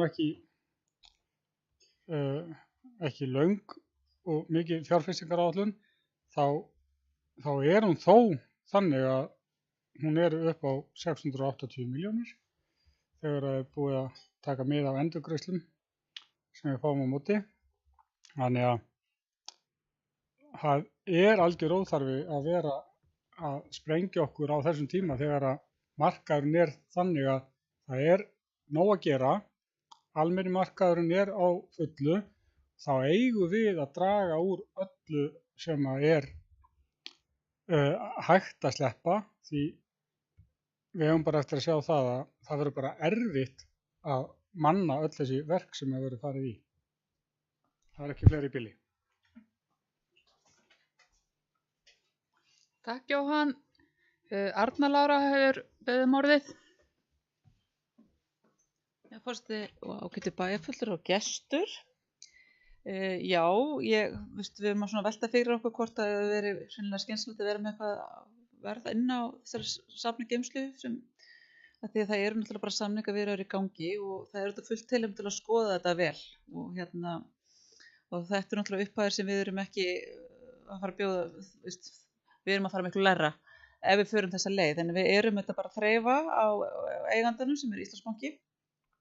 En við erum þetta og það er það sem við þurfum náttúrulega að gera, við þurfum þetta að bera saman, en við erum að leigja geymsludag á 300.000 á mánuði annar staðar sem við myndum þá segja upp og það eru aukin rekstrarkostnaður upp á 86.000 niðri og svo þurftum við náttúrulega að leggja, við þurfum náttúrulega að borga á láni og að þessari eign, þannig að við þurfum náttúrulega að bera þetta saman og við höfum þetta tækifæri til þess að gera það núna milli umræða og enda það er ekki komin niðurstaða í þessa samningaviðræður við Íslandsbanka en þannig að það er ekki komin niðurstaða í það en þetta er inni eins og er en við getum þetta rætt þetta þegar við fáum betri upplýsingar frá Íslandsbanka, við erum ekki að samþykkja framkvæmdaáætlun, við erum þetta bara að vísa henni líka til seinni umræðu en hún liggur bara fyrir svona og það er þetta sjálfsagt að ræða það á milli hvort að þetta sé skynsamlegt að gera þetta að fara í önnur verkefni. Það er þetta ástæða fyrir við erum að leggja dálítið áherslu á safnahúsið núna, það er 100 ára afmæli 2025 og það er þetta kannski draumarkur svolítið að húsið verði dálítið fínt þá og eins og staðurinn núna þá er mikil vandamál í kjallaranum, það pípir svolítið þarna inn og það eru þarna herbyggi sem eru bara alveg lokuð, þau eru bara svört þannig að eins og þið vitið þá var verið að ljúka framkvæmdum utanhús á safnahúsinu. Þannig að það er hvernig fyrsta skrefið að hindra það að leika ekki meira inn. Það er lítið gagn því að vera að gera fínt inni eða svo leikur alltaf meira inn. Þannig að við erum svona að sjá hvort að þetta viðhald dugi. Þannig að við hættum að kalla alltaf slökkviliðið út á nóttinni. Það er svo merkilegt nefnilega þegar það er vont veður og mikil rigning. Það gerist alltaf á nóttinni, það gerist ekki daginn. Þannig að við þurfum að athuga hvort þetta haldi. Svo við getum farið að halda áfram með þessa viðgerð. En ég held að það sé mikilvægt að allavega fara í viðgerð á safnahúsinu. En við þurfum kannski bara að bera saman núverandi geymslukostnaði núverandi geymslur eða hvort við eigum að reyna að fá þessa geymslur frá Íslandsbanka á hagstæðu verði og ég er alveg sammála því, við höfum bara að bera þetta saman hvort er betra fyrir okkur og þetta er náttúrulega opaslega þægilegt aðgengi að hafa þetta innan hús og mínu von er svo að við náum að ýta Íslandsbanka nógu mikið niður af því við erum raunin svo sem eini kaupandinn af þessum geymslum það er engin annar að fara kaupandi nema við og ég tel að það sé sterkur í málinu við að ýta verðinu niður þannig að bæjarritari er í þessum viðræðum við bankann og við sjáum hvað þær viðræður leiði ljós og það er ekki einan ákvörðum teknar nema með samþykki náttúrulega bæjarstjórnar þannig að við erum ekki samþykki að kaupa neitt eins og staðinni núna. Takk Arna, eru fleiri sem vilja taka til máls? Kristján, gjörðu svo vel.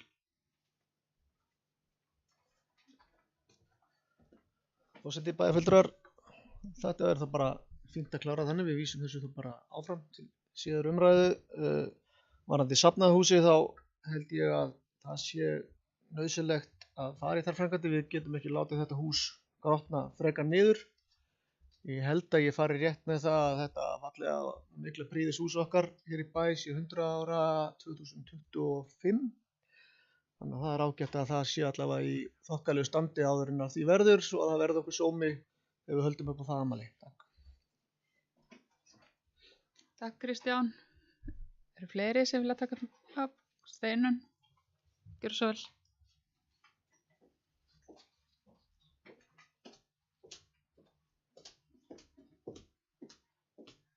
Forseti, bæjarfulltrúar, aðrir tilnefnendur. Svona bara aðeins að tala því þau tala svo agalega mikið þannig þessi tveir. En þetta er náttúrulega ekki mörg verkefni. Man hefði alveg viljað svona réttast í kosningar og vera með eitthvað aðeins meira. En þetta er samt eitthvað og ég svona veist að bæjarfulltrúar Nannjarna er ekki að tala fráveitunar. Þá er samt ánað að við séum að halda. Ég veit að það hefur oft verið svolítið svona illt undir og það mun bara þá enda með auknum kostnaði síðan mér. Þannig að við erum allavega að gera eitthvað þar að þessum leiðilegum skítaverkum.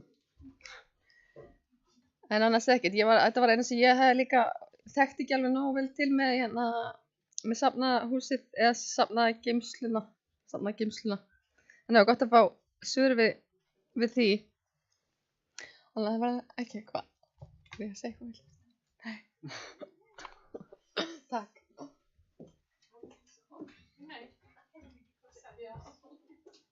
Eru fleiri sem vilja taka til máls? Já, Elisabeth, gjörðu svo vel.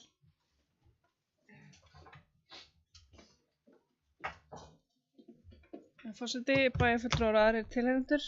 Ég verði að tala líka fyrst að Steinunn var að tala. Nei.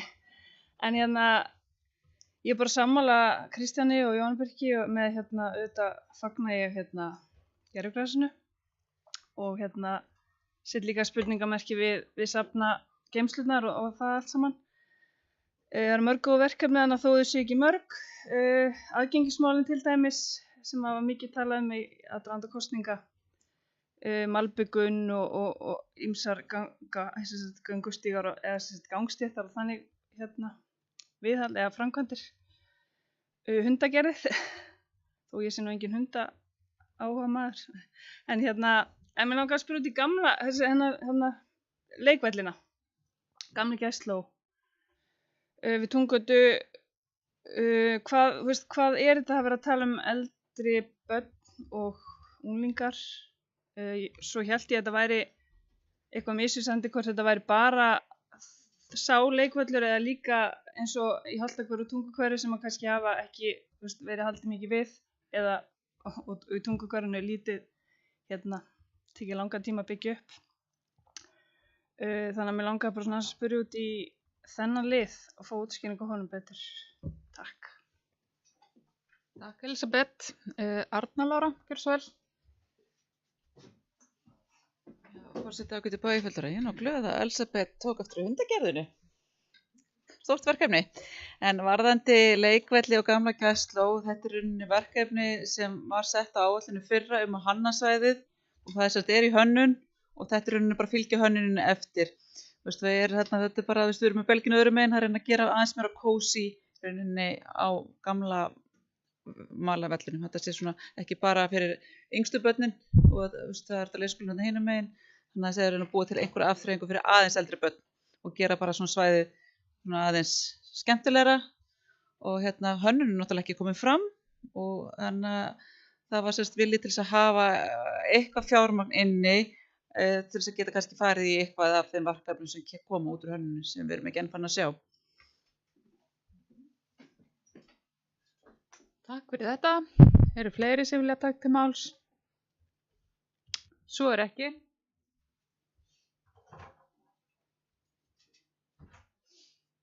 Það ætlar forseti að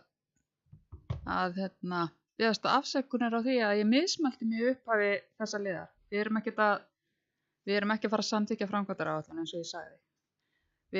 Hún er lögð fram og þá ber ég upp tillögu það að henni verði vísað til seinni umræðu,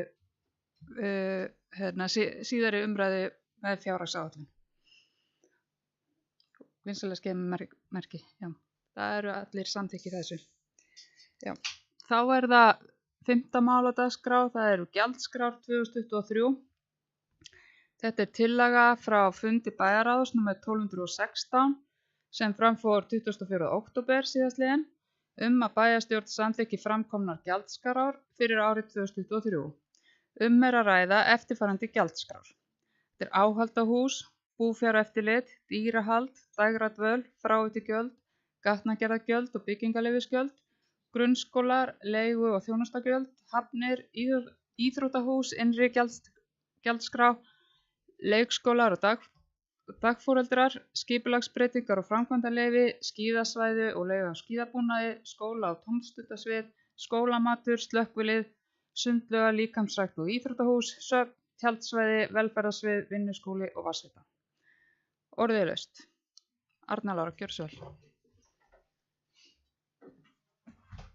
Forseti ágæti bæjarfulltrúar, gjaldskrárnar eru búin að fá góð umræðu. Sumar nefndir hafa verið að fjalla alltaf 3 sinnum en flestar nefndir 2. Þannig að það er búið að rýna þær nokkuð vel.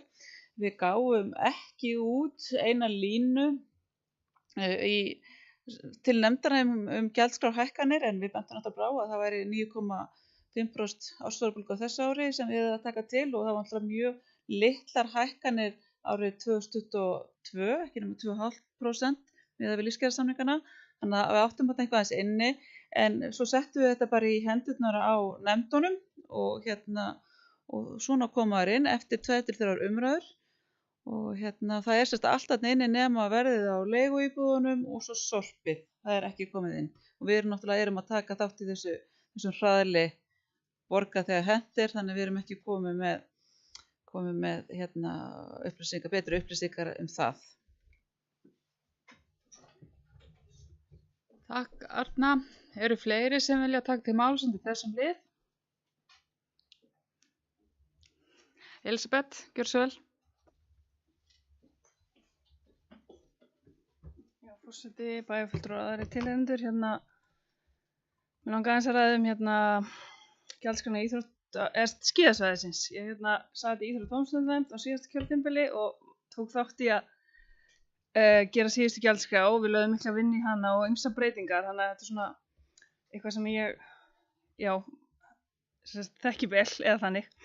Og það var í fyrsta lagi kannski að það er verið að taka út að það sé frítt í byrjendabrekkuna frá 15. nóvember til 15. mars. Ég held reyndar að það hefði verið allan veturinn fyrir utan páska, en það var greinilega á þessu tímabili. Mér finnst það miður að það sé tekið út. Það var svona hvatning bara fyrir fólk sem er að byrja og vilja prófa að fara, og margir bara fara með lítið börn og annað, og bara í byrjendabrekkuna að þurfa ekki að borga ykkur að fjárhæð fyrir það. Og svo líka að við vorum með frítt fyrir 6 til 18 ára börn, og náttúrulega barn upp í 18 ára. En það er verið að taka það út, þannig að núna eru bara frítt fyrir börn 6 til 16 ára. Og ég myndi þá vilja að við settum á einhvers konar afslátt fyrir til dæmis að menntaskóla krakka, til að komast í móts við þennan 16 til 18 ára hóp sem þarf að fara að borga fullt gjald á skíði. Og ég man ekki hvort að það var í síðustu gjaldskrá eitthvað varðandi menntaskólan. Ég er að kíkja það núna. En já. Svona ég vildi bara velta því upp hvort að það væri ekki hugmynd að hafa þann afslátt. Takk. Takk fyrir þetta, Elisabeth. Arna Lára, gjörðu svo vel. Forseti, ágæti bæjarfulltrúar og gestur. Ég er nú ekki eins vel inn í gjaldskrám skíðasvæðisins eins og Elisabeth, en það kemur fram á að það sé frítt fyrir 5 ára börn og yngri. Það eru oft þau börn sem eru að byrja á skíðum, þannig að þau eru náttúrulega frítt í lyftunni. Svo er náttúrulega líka þau börn sem eru skráð í íþróttaskólann, þau fá náttúrulega líka frítt. Og þú veist, svo framalega sem foreldrarnir borga í íþróttaskólann sem held í 7500.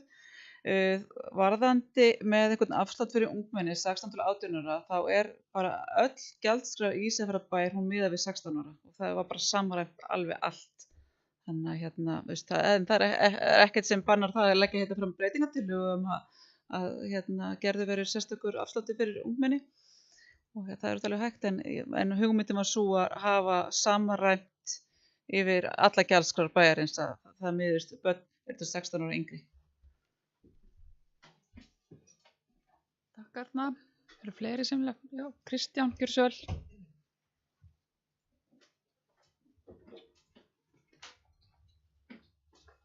Forseti, bæjarfulltrúar, ég er svona aðeins að einbra bara á sama og Elisabeth var að segja. Ég held að ástæðan fyrir því að þetta var byrjandabrekka og frí fyrir að hafa ekki endilega verið að því að börnin þurftu að borga í það, heldur var að vera að reyna að búa til nýja iðkendur, og ég heldum kannski að það stæði í einhverjum foreldrum að þurfa að fara að borga fyrir hálftíman, fyrir 45 mínútur, en það er að vísu gjaldskráðan fyrir klukkustund sem að fólk getur tekið, því að þegar þú ert að byrja með 2, 3, 4, 5 ára í beisli, þá er kannski alltaf barnið sem að hættir fyrst eða gefst upp.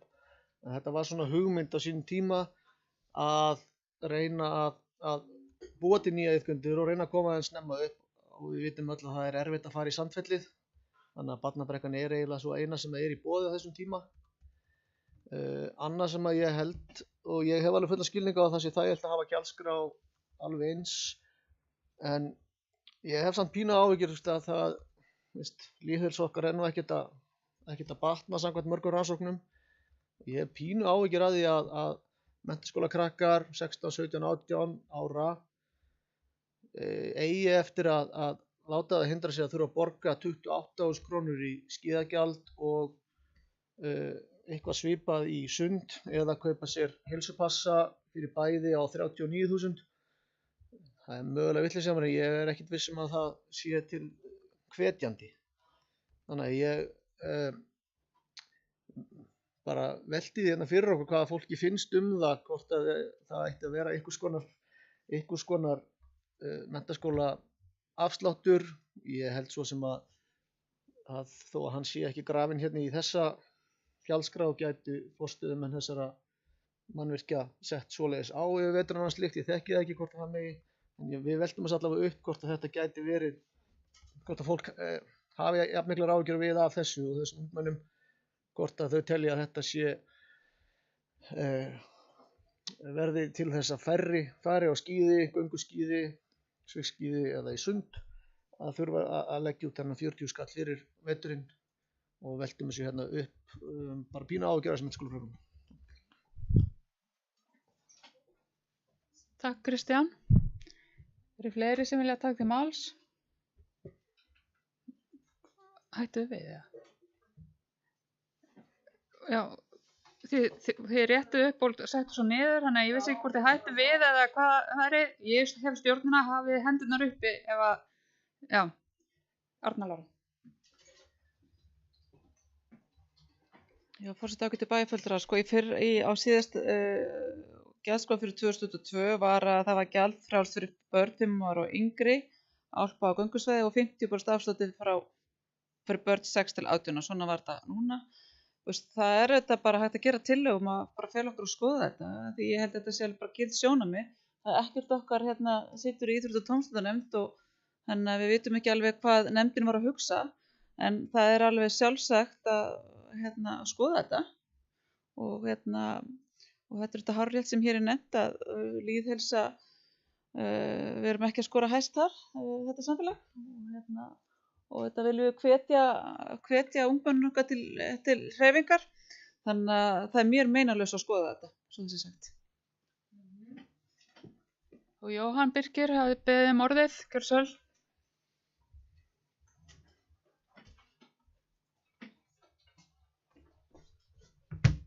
Forseti, bæjarfulltrúar og gestur, gaman að það skuli koma gestur á fundinn.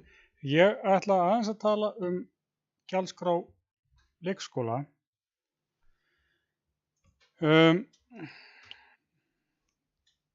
Ég sé að það er breyting varðandi 9. klukkutíman, hann er felldur út og nú er þetta bara 8,5 klukkustund með það sem er stytting vinnuvikunar, og þá velti ég fyrir mig hvort að það eigi að vera frá 7,5 upp í 8,5, að það verði greitt hærra gjald fyrir það, ganga aðeins lengra, og eins hvort að það hafi verið skoðað að tekjutengja leikskólagjöld, því að í dag er kostnaður foreldra 10 til 12% af heildarkostnaði, það sé ekki 11% eitthvað svoleiðis, af kostnaði við að hafa barn í leikskóla, og það hafa sveitarfélög farið þá leið að tekjutengja leikskólagjöld, og alveg spurning hvort að við ættum að skoða þann möguleika.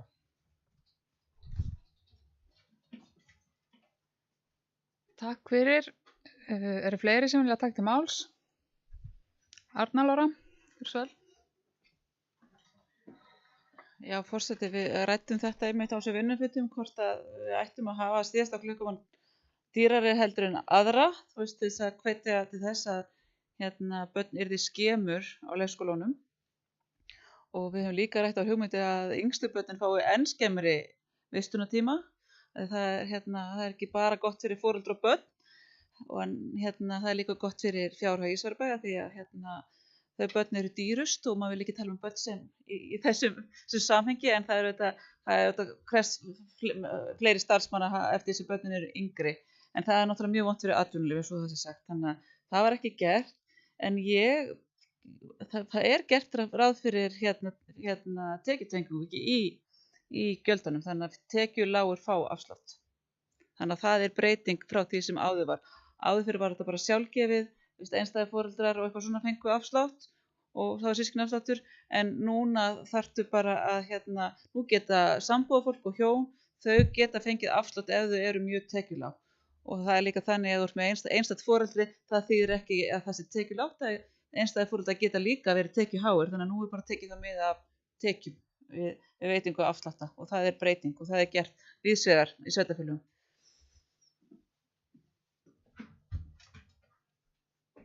Takk. Eru fleiri sem vilja taka til máls undir þessum lið gjaldskrár? Kristján?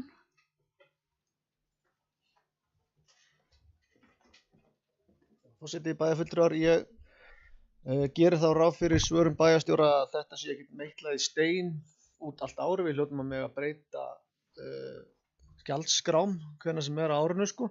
En þannig að ég hvet bæjarstjóra þá til að koma því í verk, annarkvæmt við íþrótt tómstundar eða öðrum, að skoða þennan möguleika fyrir unga.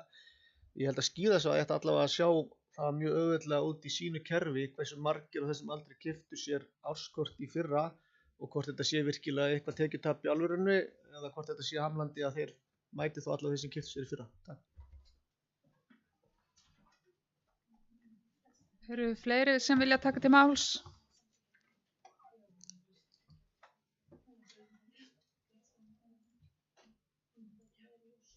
Eru fleiri sem vilja taka til máls?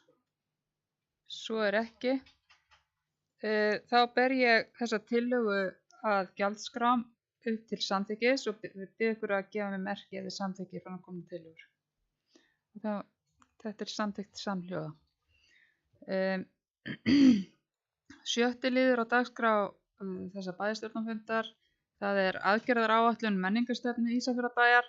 Hér er tillaga frá fundi bæjarráðs nr. 1217 sem fram fór 31. október síðastliðinn að bæjarstjórn samþykki aðgerðaráætlun menningarstefnu Ísafjarðarbæjar, en áætlunin var unnin frekar af bæjarstjóra og á vinnufundi bæjarfulltrúa.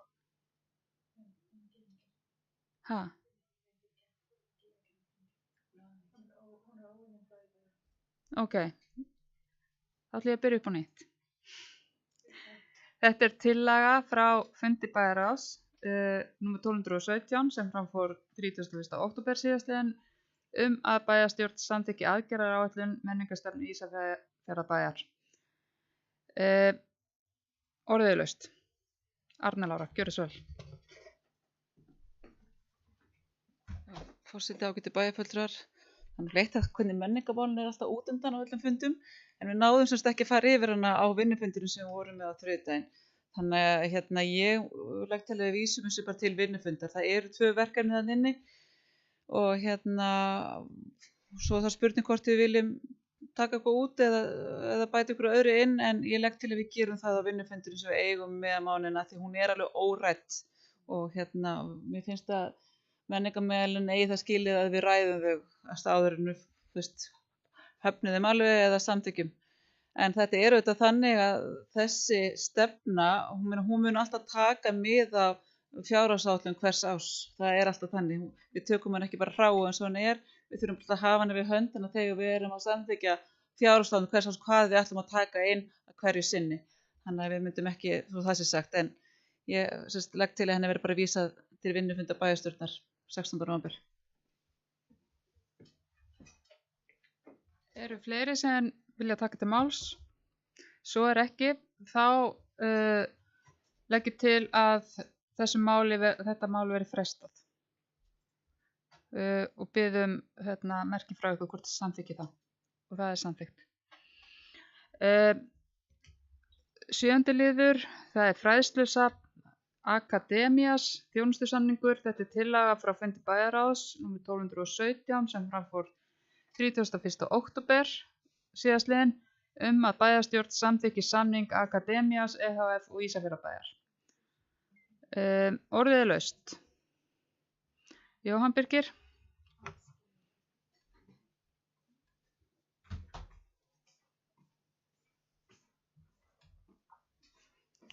Forseti, bæjarfulltrúar, ég ætla bara að segja það sama og ég sagði í bæjarráði að við erum að reka fræðslumiðstöð Vestfjarða og að mínu viti ber okkur pínu skylda til þess að beina svolítið viðskiptum okkar þangað og reyna að sækja það sem við mögulega getum þangað í stað þess að sækja þessa þjónustu annað, því með því að sækja svona þjónustu annað þá erum við í raun og veru bara að leggja fræðslumiðstöðina niður, hægt og rólega. Það verður þó betra bara að taka ákvörðun það en ekki að draga tennurnar hægt og rólega úr fræðslumiðstöðinni. Takk. Takk Jóhann Birgir. Arna Lára, við biðjum orðið ykkur sæl. Já, forseti, ágæti bæjarfulltrúar, við erum alltaf góði viðskiptavinir fræðslumiðstöð Vestur og við erum haldið því áfram og erum með gildandi fræðsluáætlun við erum samþykkta fræðsluáætlun við fræðslumiðstöð Vestur og við erum haldið því áfram, en þetta er ákveðin viðbót og býður upp á talsist fjölbreytta endurmenntun og möguleika.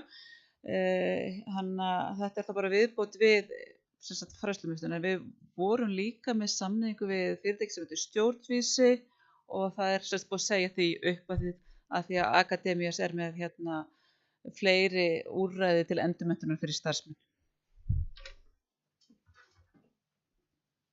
Takk fyrir þetta. Það eru fleiri. Já, Steinunn. Gjörðu svo vel.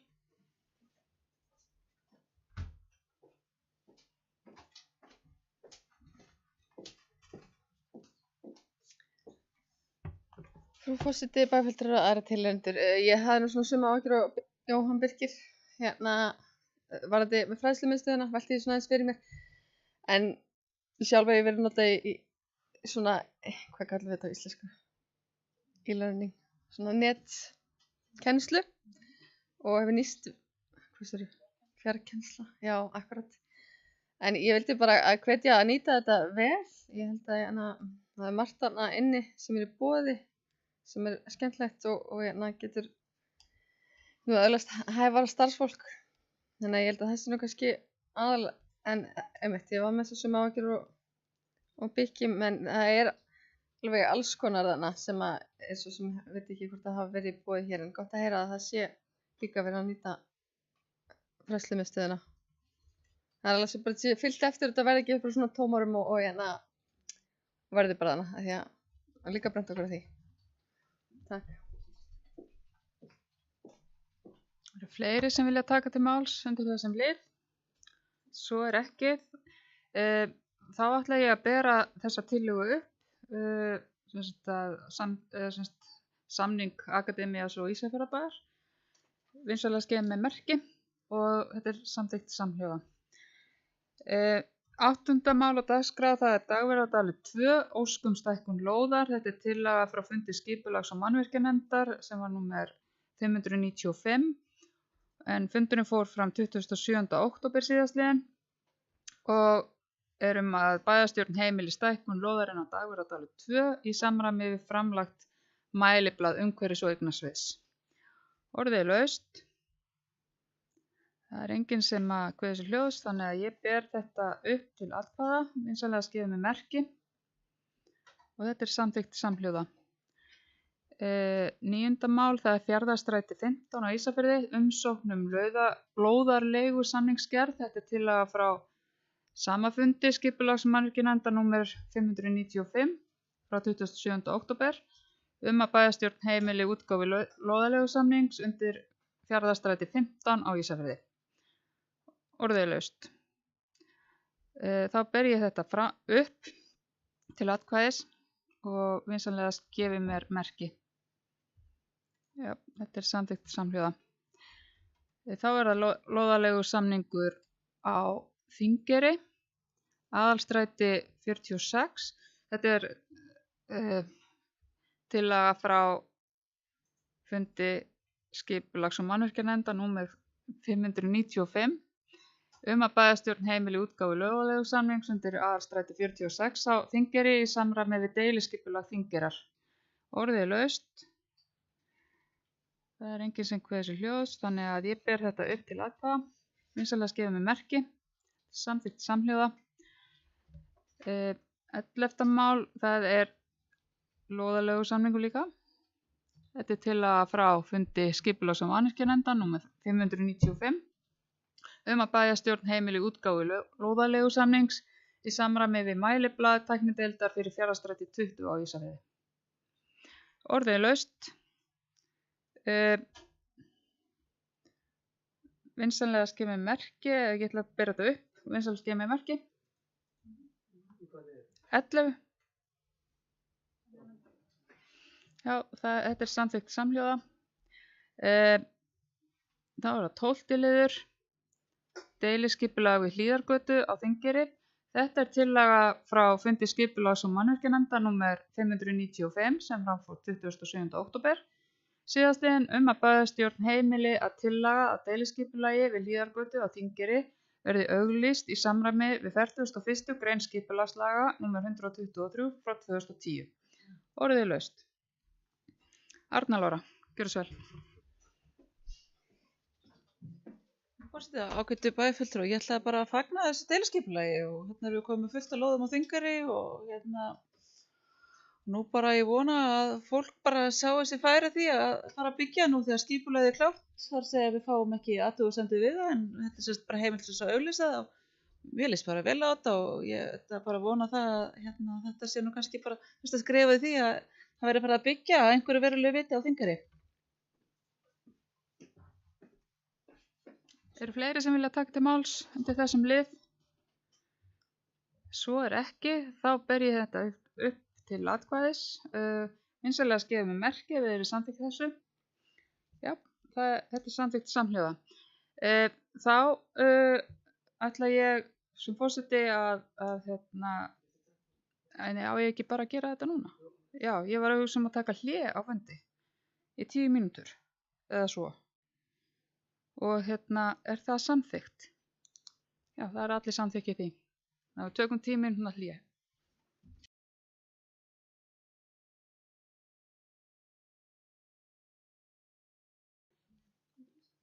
Á ég að tala? Já, heyrist í mér.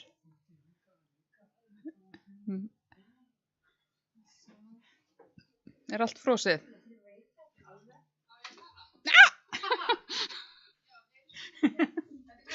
Ok, heyrðu, þá erum við komin tilbaka eftir stutt hlé. Við erum komin að máli númer 13 og það er tillaga frá fundi skipulags- og mannvirkjanefndar númer 595 sem fram fór 27. október síðastliðinn að bæjarstjórn staðfesti framlagða tillögu að deiliskipulagi Stekkjarlæksbakka. Orðið er laust og þá ber ég þetta upp til atkvæða og óska eftir að gefa merki að við erum samþykkt. Og þetta er samþykkt samhljóða. Þá er það 14. mál, það er Strandgata 3B í Hnífsdal. Þetta er fyrirspurn stækkun lóðar, það er tillaga frá fundi skipulags- og mannvirkjanefndar númer 595 sem fram fór 27. október síðastliðinn að bæjarstjórn heimili stækkun lóðarinnar Strandgötu 3B í Hnífsdal. Orðið er laust. Það er enginn sem kveður sér hljóðs, þannig að ég ber þetta upp til atkvæða. Þeir sem eru samþykkt þessu gefa mér merki. Samþykkt samhljóða. Mál 15, bygging nýrra nemendagarða Lýðskólans.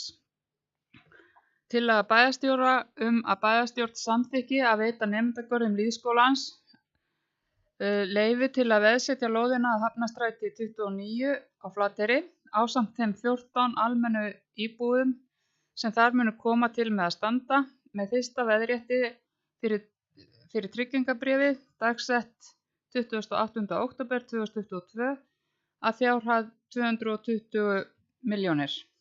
Óverðtryggt til tryggingar á sérgreindri skuld samkvæmt viðskiptasamningi en kröfuhafi er Landsbankinn.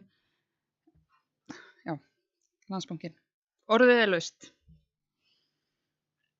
Það er enginn sem að kveður sér hljóðs og þá ber ég þessa tillögu upp. Vinsamlega skefið þeim merki ef þið eru samþykkt og þetta er samþykkt samhljóða. 16. mál, það er endurskoðun húsnæðisáætlunar. Þetta er tillaga frá fundi bæjarráðs númer 1213 sem fram fór 3. október síðastliðinn að bæjarstjórn samþykki húsnæðisáætlun Ísafjarðarbæjar. Á fundi sem fram fór í bæjarstjórn 7. október síðastliðinn þá bar ég þessa tillögu upp, að fresta málinu þar til að kerfi HMS tæki við sér og að okkar áætlun myndi passa inn í kerfið. Og við frestuðum þessu máli og tökum það fyrir aftur hér. Orðið er laust. Arna Lára. Forseti, ágætu bæjarfulltrúar og gestur. Það er nú bara að þakka fyrir það að bæjarfulltrúar tóku vel í því að taka þetta mál á dagskrá. Þetta er náttúrulega búið að vera töluvert lengi í undirbúningi. Eins og þið munið þá voru við bæjarstjórnin ekki sérstaklega ánægð með fyrstu drög á húsnæðisáætluninni, þess að okkur fannst hún ekki lýsa þeim veruleika sem við sjáum hér framundan, en það gerir það vissulega núna, en kerfi HMS er búið að liggja niðri og þessi gögn okkar voru handsett inn, en kerfið gerir þess að ekki ráð fyrir fjölkvæmta sveitarfélögum sem er þetta mjög sérstakt. En þetta var svo ákveðið betakerfi og mér skilst að það sé verið að vinna kerfið. En kannski ástæðan fyrir því að við erum að þrýsta aðeins á þetta er að það liggur fyrir stofnframlög til nemendagarða á Ísafirði. Þau byggja á því að við samþykkjum þessa húsnæðisáætlun og það sem er áhugavert í þessu er að HMS gerir kröfu að samþykkt húsnæðisáætlun liggi fyrir þegar stofnframlög vera veitt. Þannig að við vorum svolítið föst. Að með að þeir gátu ekki sett inn gögnum okkar, þá gátu nemendur ekki fengið stofnframlögin sín. Þannig að við erum svolítið búin að vera að ýta á þau. Nú er þetta komið og þetta er náttúrulega bara plagg sem verður endurskoðað árlega og þetta er náttúrulega bara gott stjórntæki fyrir okkur. Og þannig að ef það eru einhverjar breytingar þá bara setjum við gögnin inn í húsnæðisáætlunina og þetta á að hjálpa okkur að hafa betur yfirsýn yfir þörf fyrir húsnæði í öllu sveitarfélaginu.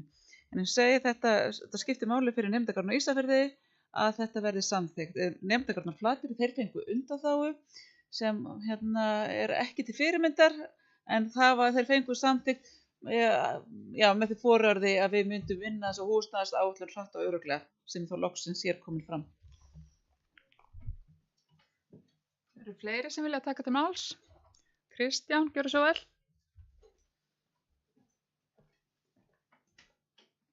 Forseti, bæjarfulltrúar og gestur, bara fagna því að sé komin húsnæðisáætlun og virðist svona í fljótu bragði líta bara þokkalega út. Maður er náttúrulega leyfir sér að skoða alltaf hásbár en endar svo einhvern veginn að vera raunhæft í miðspá.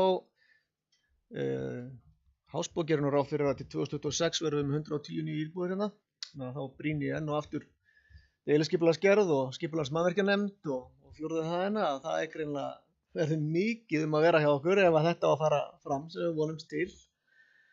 En verkefnin eru mjög mikilvæg og við þurfum líka að fylgja innviði. Þannig að kannski var þessi fjárhagsáætlunar gerð okkar áðan bara algjört bull miðað við þessar spár sem eru núna en það verður bara komið ljós en við bara lítum björtum fram á þetta og vonar á að þetta verða veruleika einhvers konar miðspá, milli miðspá og hásspá og við náum þessu markmiðum okkar. Já, takk fyrir þetta Kristján. Forseti kemur þessu til skila til formanns skipulags- og mannvirkjanefndar. Eru fleiri sem vilja taka til máls? Svo er ekki. þá ætla ég að bera hérna upp húsnæðisáætlun Ísafjarðarbæjar og þeir sem eru samþykkir henni vinsamlega skýða með merki. Og hún er samþykkt samhljóða. Þá er lögð hérna fram til kynningar, við erum komin í lið 17, lögð fram til kynningar fundargerð nr. 1216 frá bæjarráði. Þetta er fundargerð sem er í 11 liðum. Orðið er laust. Þá er hún, það er engin sem kveður sér ljós, þannig að þá er hún lögð fram. Það er að fundargerð bæjarráðs nr. 1217, hún er lögð hérna fram til kynningar. Fundargerðin er í 17 liðum og Arna Lára hefur beðið orðið. Forseti, ágætu bæjarfulltrúar og gestur. Valda allir að gestur í farakvæmi sem ættir að fund. En það er ekki hann. Það var almennu gestur. En ég lofaði formanni eldri borgara, Sigrúnu C, að taka upp mál, taka upp bréf sem þau sendu okkur öllum í tölvupósti í síðustu viku, þar sem þau hafa áhyggjur af afdrifum Púttvallarins vegna stækkunar á Eyri og leggja hart að okkur að við förum í upprunalegu hugmynd að taka stækkunina út á bílastæði Eyrar. Og við munum viðra það, við Gylfi, en þau áttu einmitt fund með okkur Gylfa í síðustu viku, félag eldri borgara og félagar í íþróttafélaginu Kubbi, sem er íþróttafélag eldri borgara, og sem við brýndu okkur til góðra verka og passa upp á Púttvallinn. Þannig heilbrigðisráðuneytið, þau hafa ekkert verið alltaf spennt fyrir þessari lausn, en mér finnst hún góð og ég held hún sé allar góða gildi að verða að skoða hana svo við getum vendað Púttvöllin. Og það er auðvitað líka þannig að í þessum firði þá er allt best sunnan megin við hús, það er sólin, þess vegna er ágætt að hafa byggingar norðanmegin og þannig að það sé hægt að hafa hreystitækin og Púttvöllin saman í skjóli hjá heilbrigðisstofnun. Þannig að mér líst bara afbragðsvel á þessu hugmynd frá félagi eldri borgara og við munum þetta bara fylgja eftir. Takk fyrir þetta. Eru fleiri sem vilja taka til máls? Jóhann Birkir, gjör svo vel.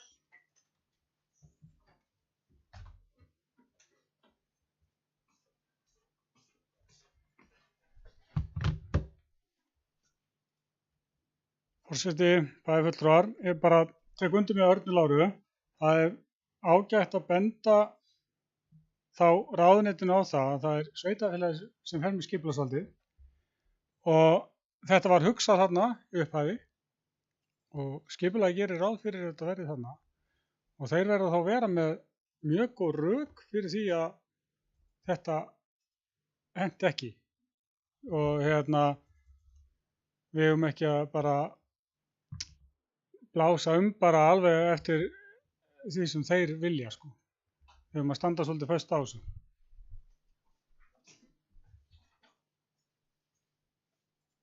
Eru fleiri sem vilja taka til máls undir fundargerð bæjarráðs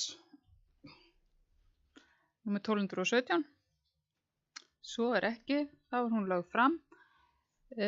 Síðasta fundargerðin sem við leggjum fram hér á þessu fundi er fundargerð skipulags- og mannvirkjanefndar nr. 595 en fundargerðin er í 13 liðum. Orðið er laust. Og það er enginn sem hefur beðið orðið og þá er hún framlögð. Hér með slít ég þessum fundi bæjarstjórnar. Takk fyrir.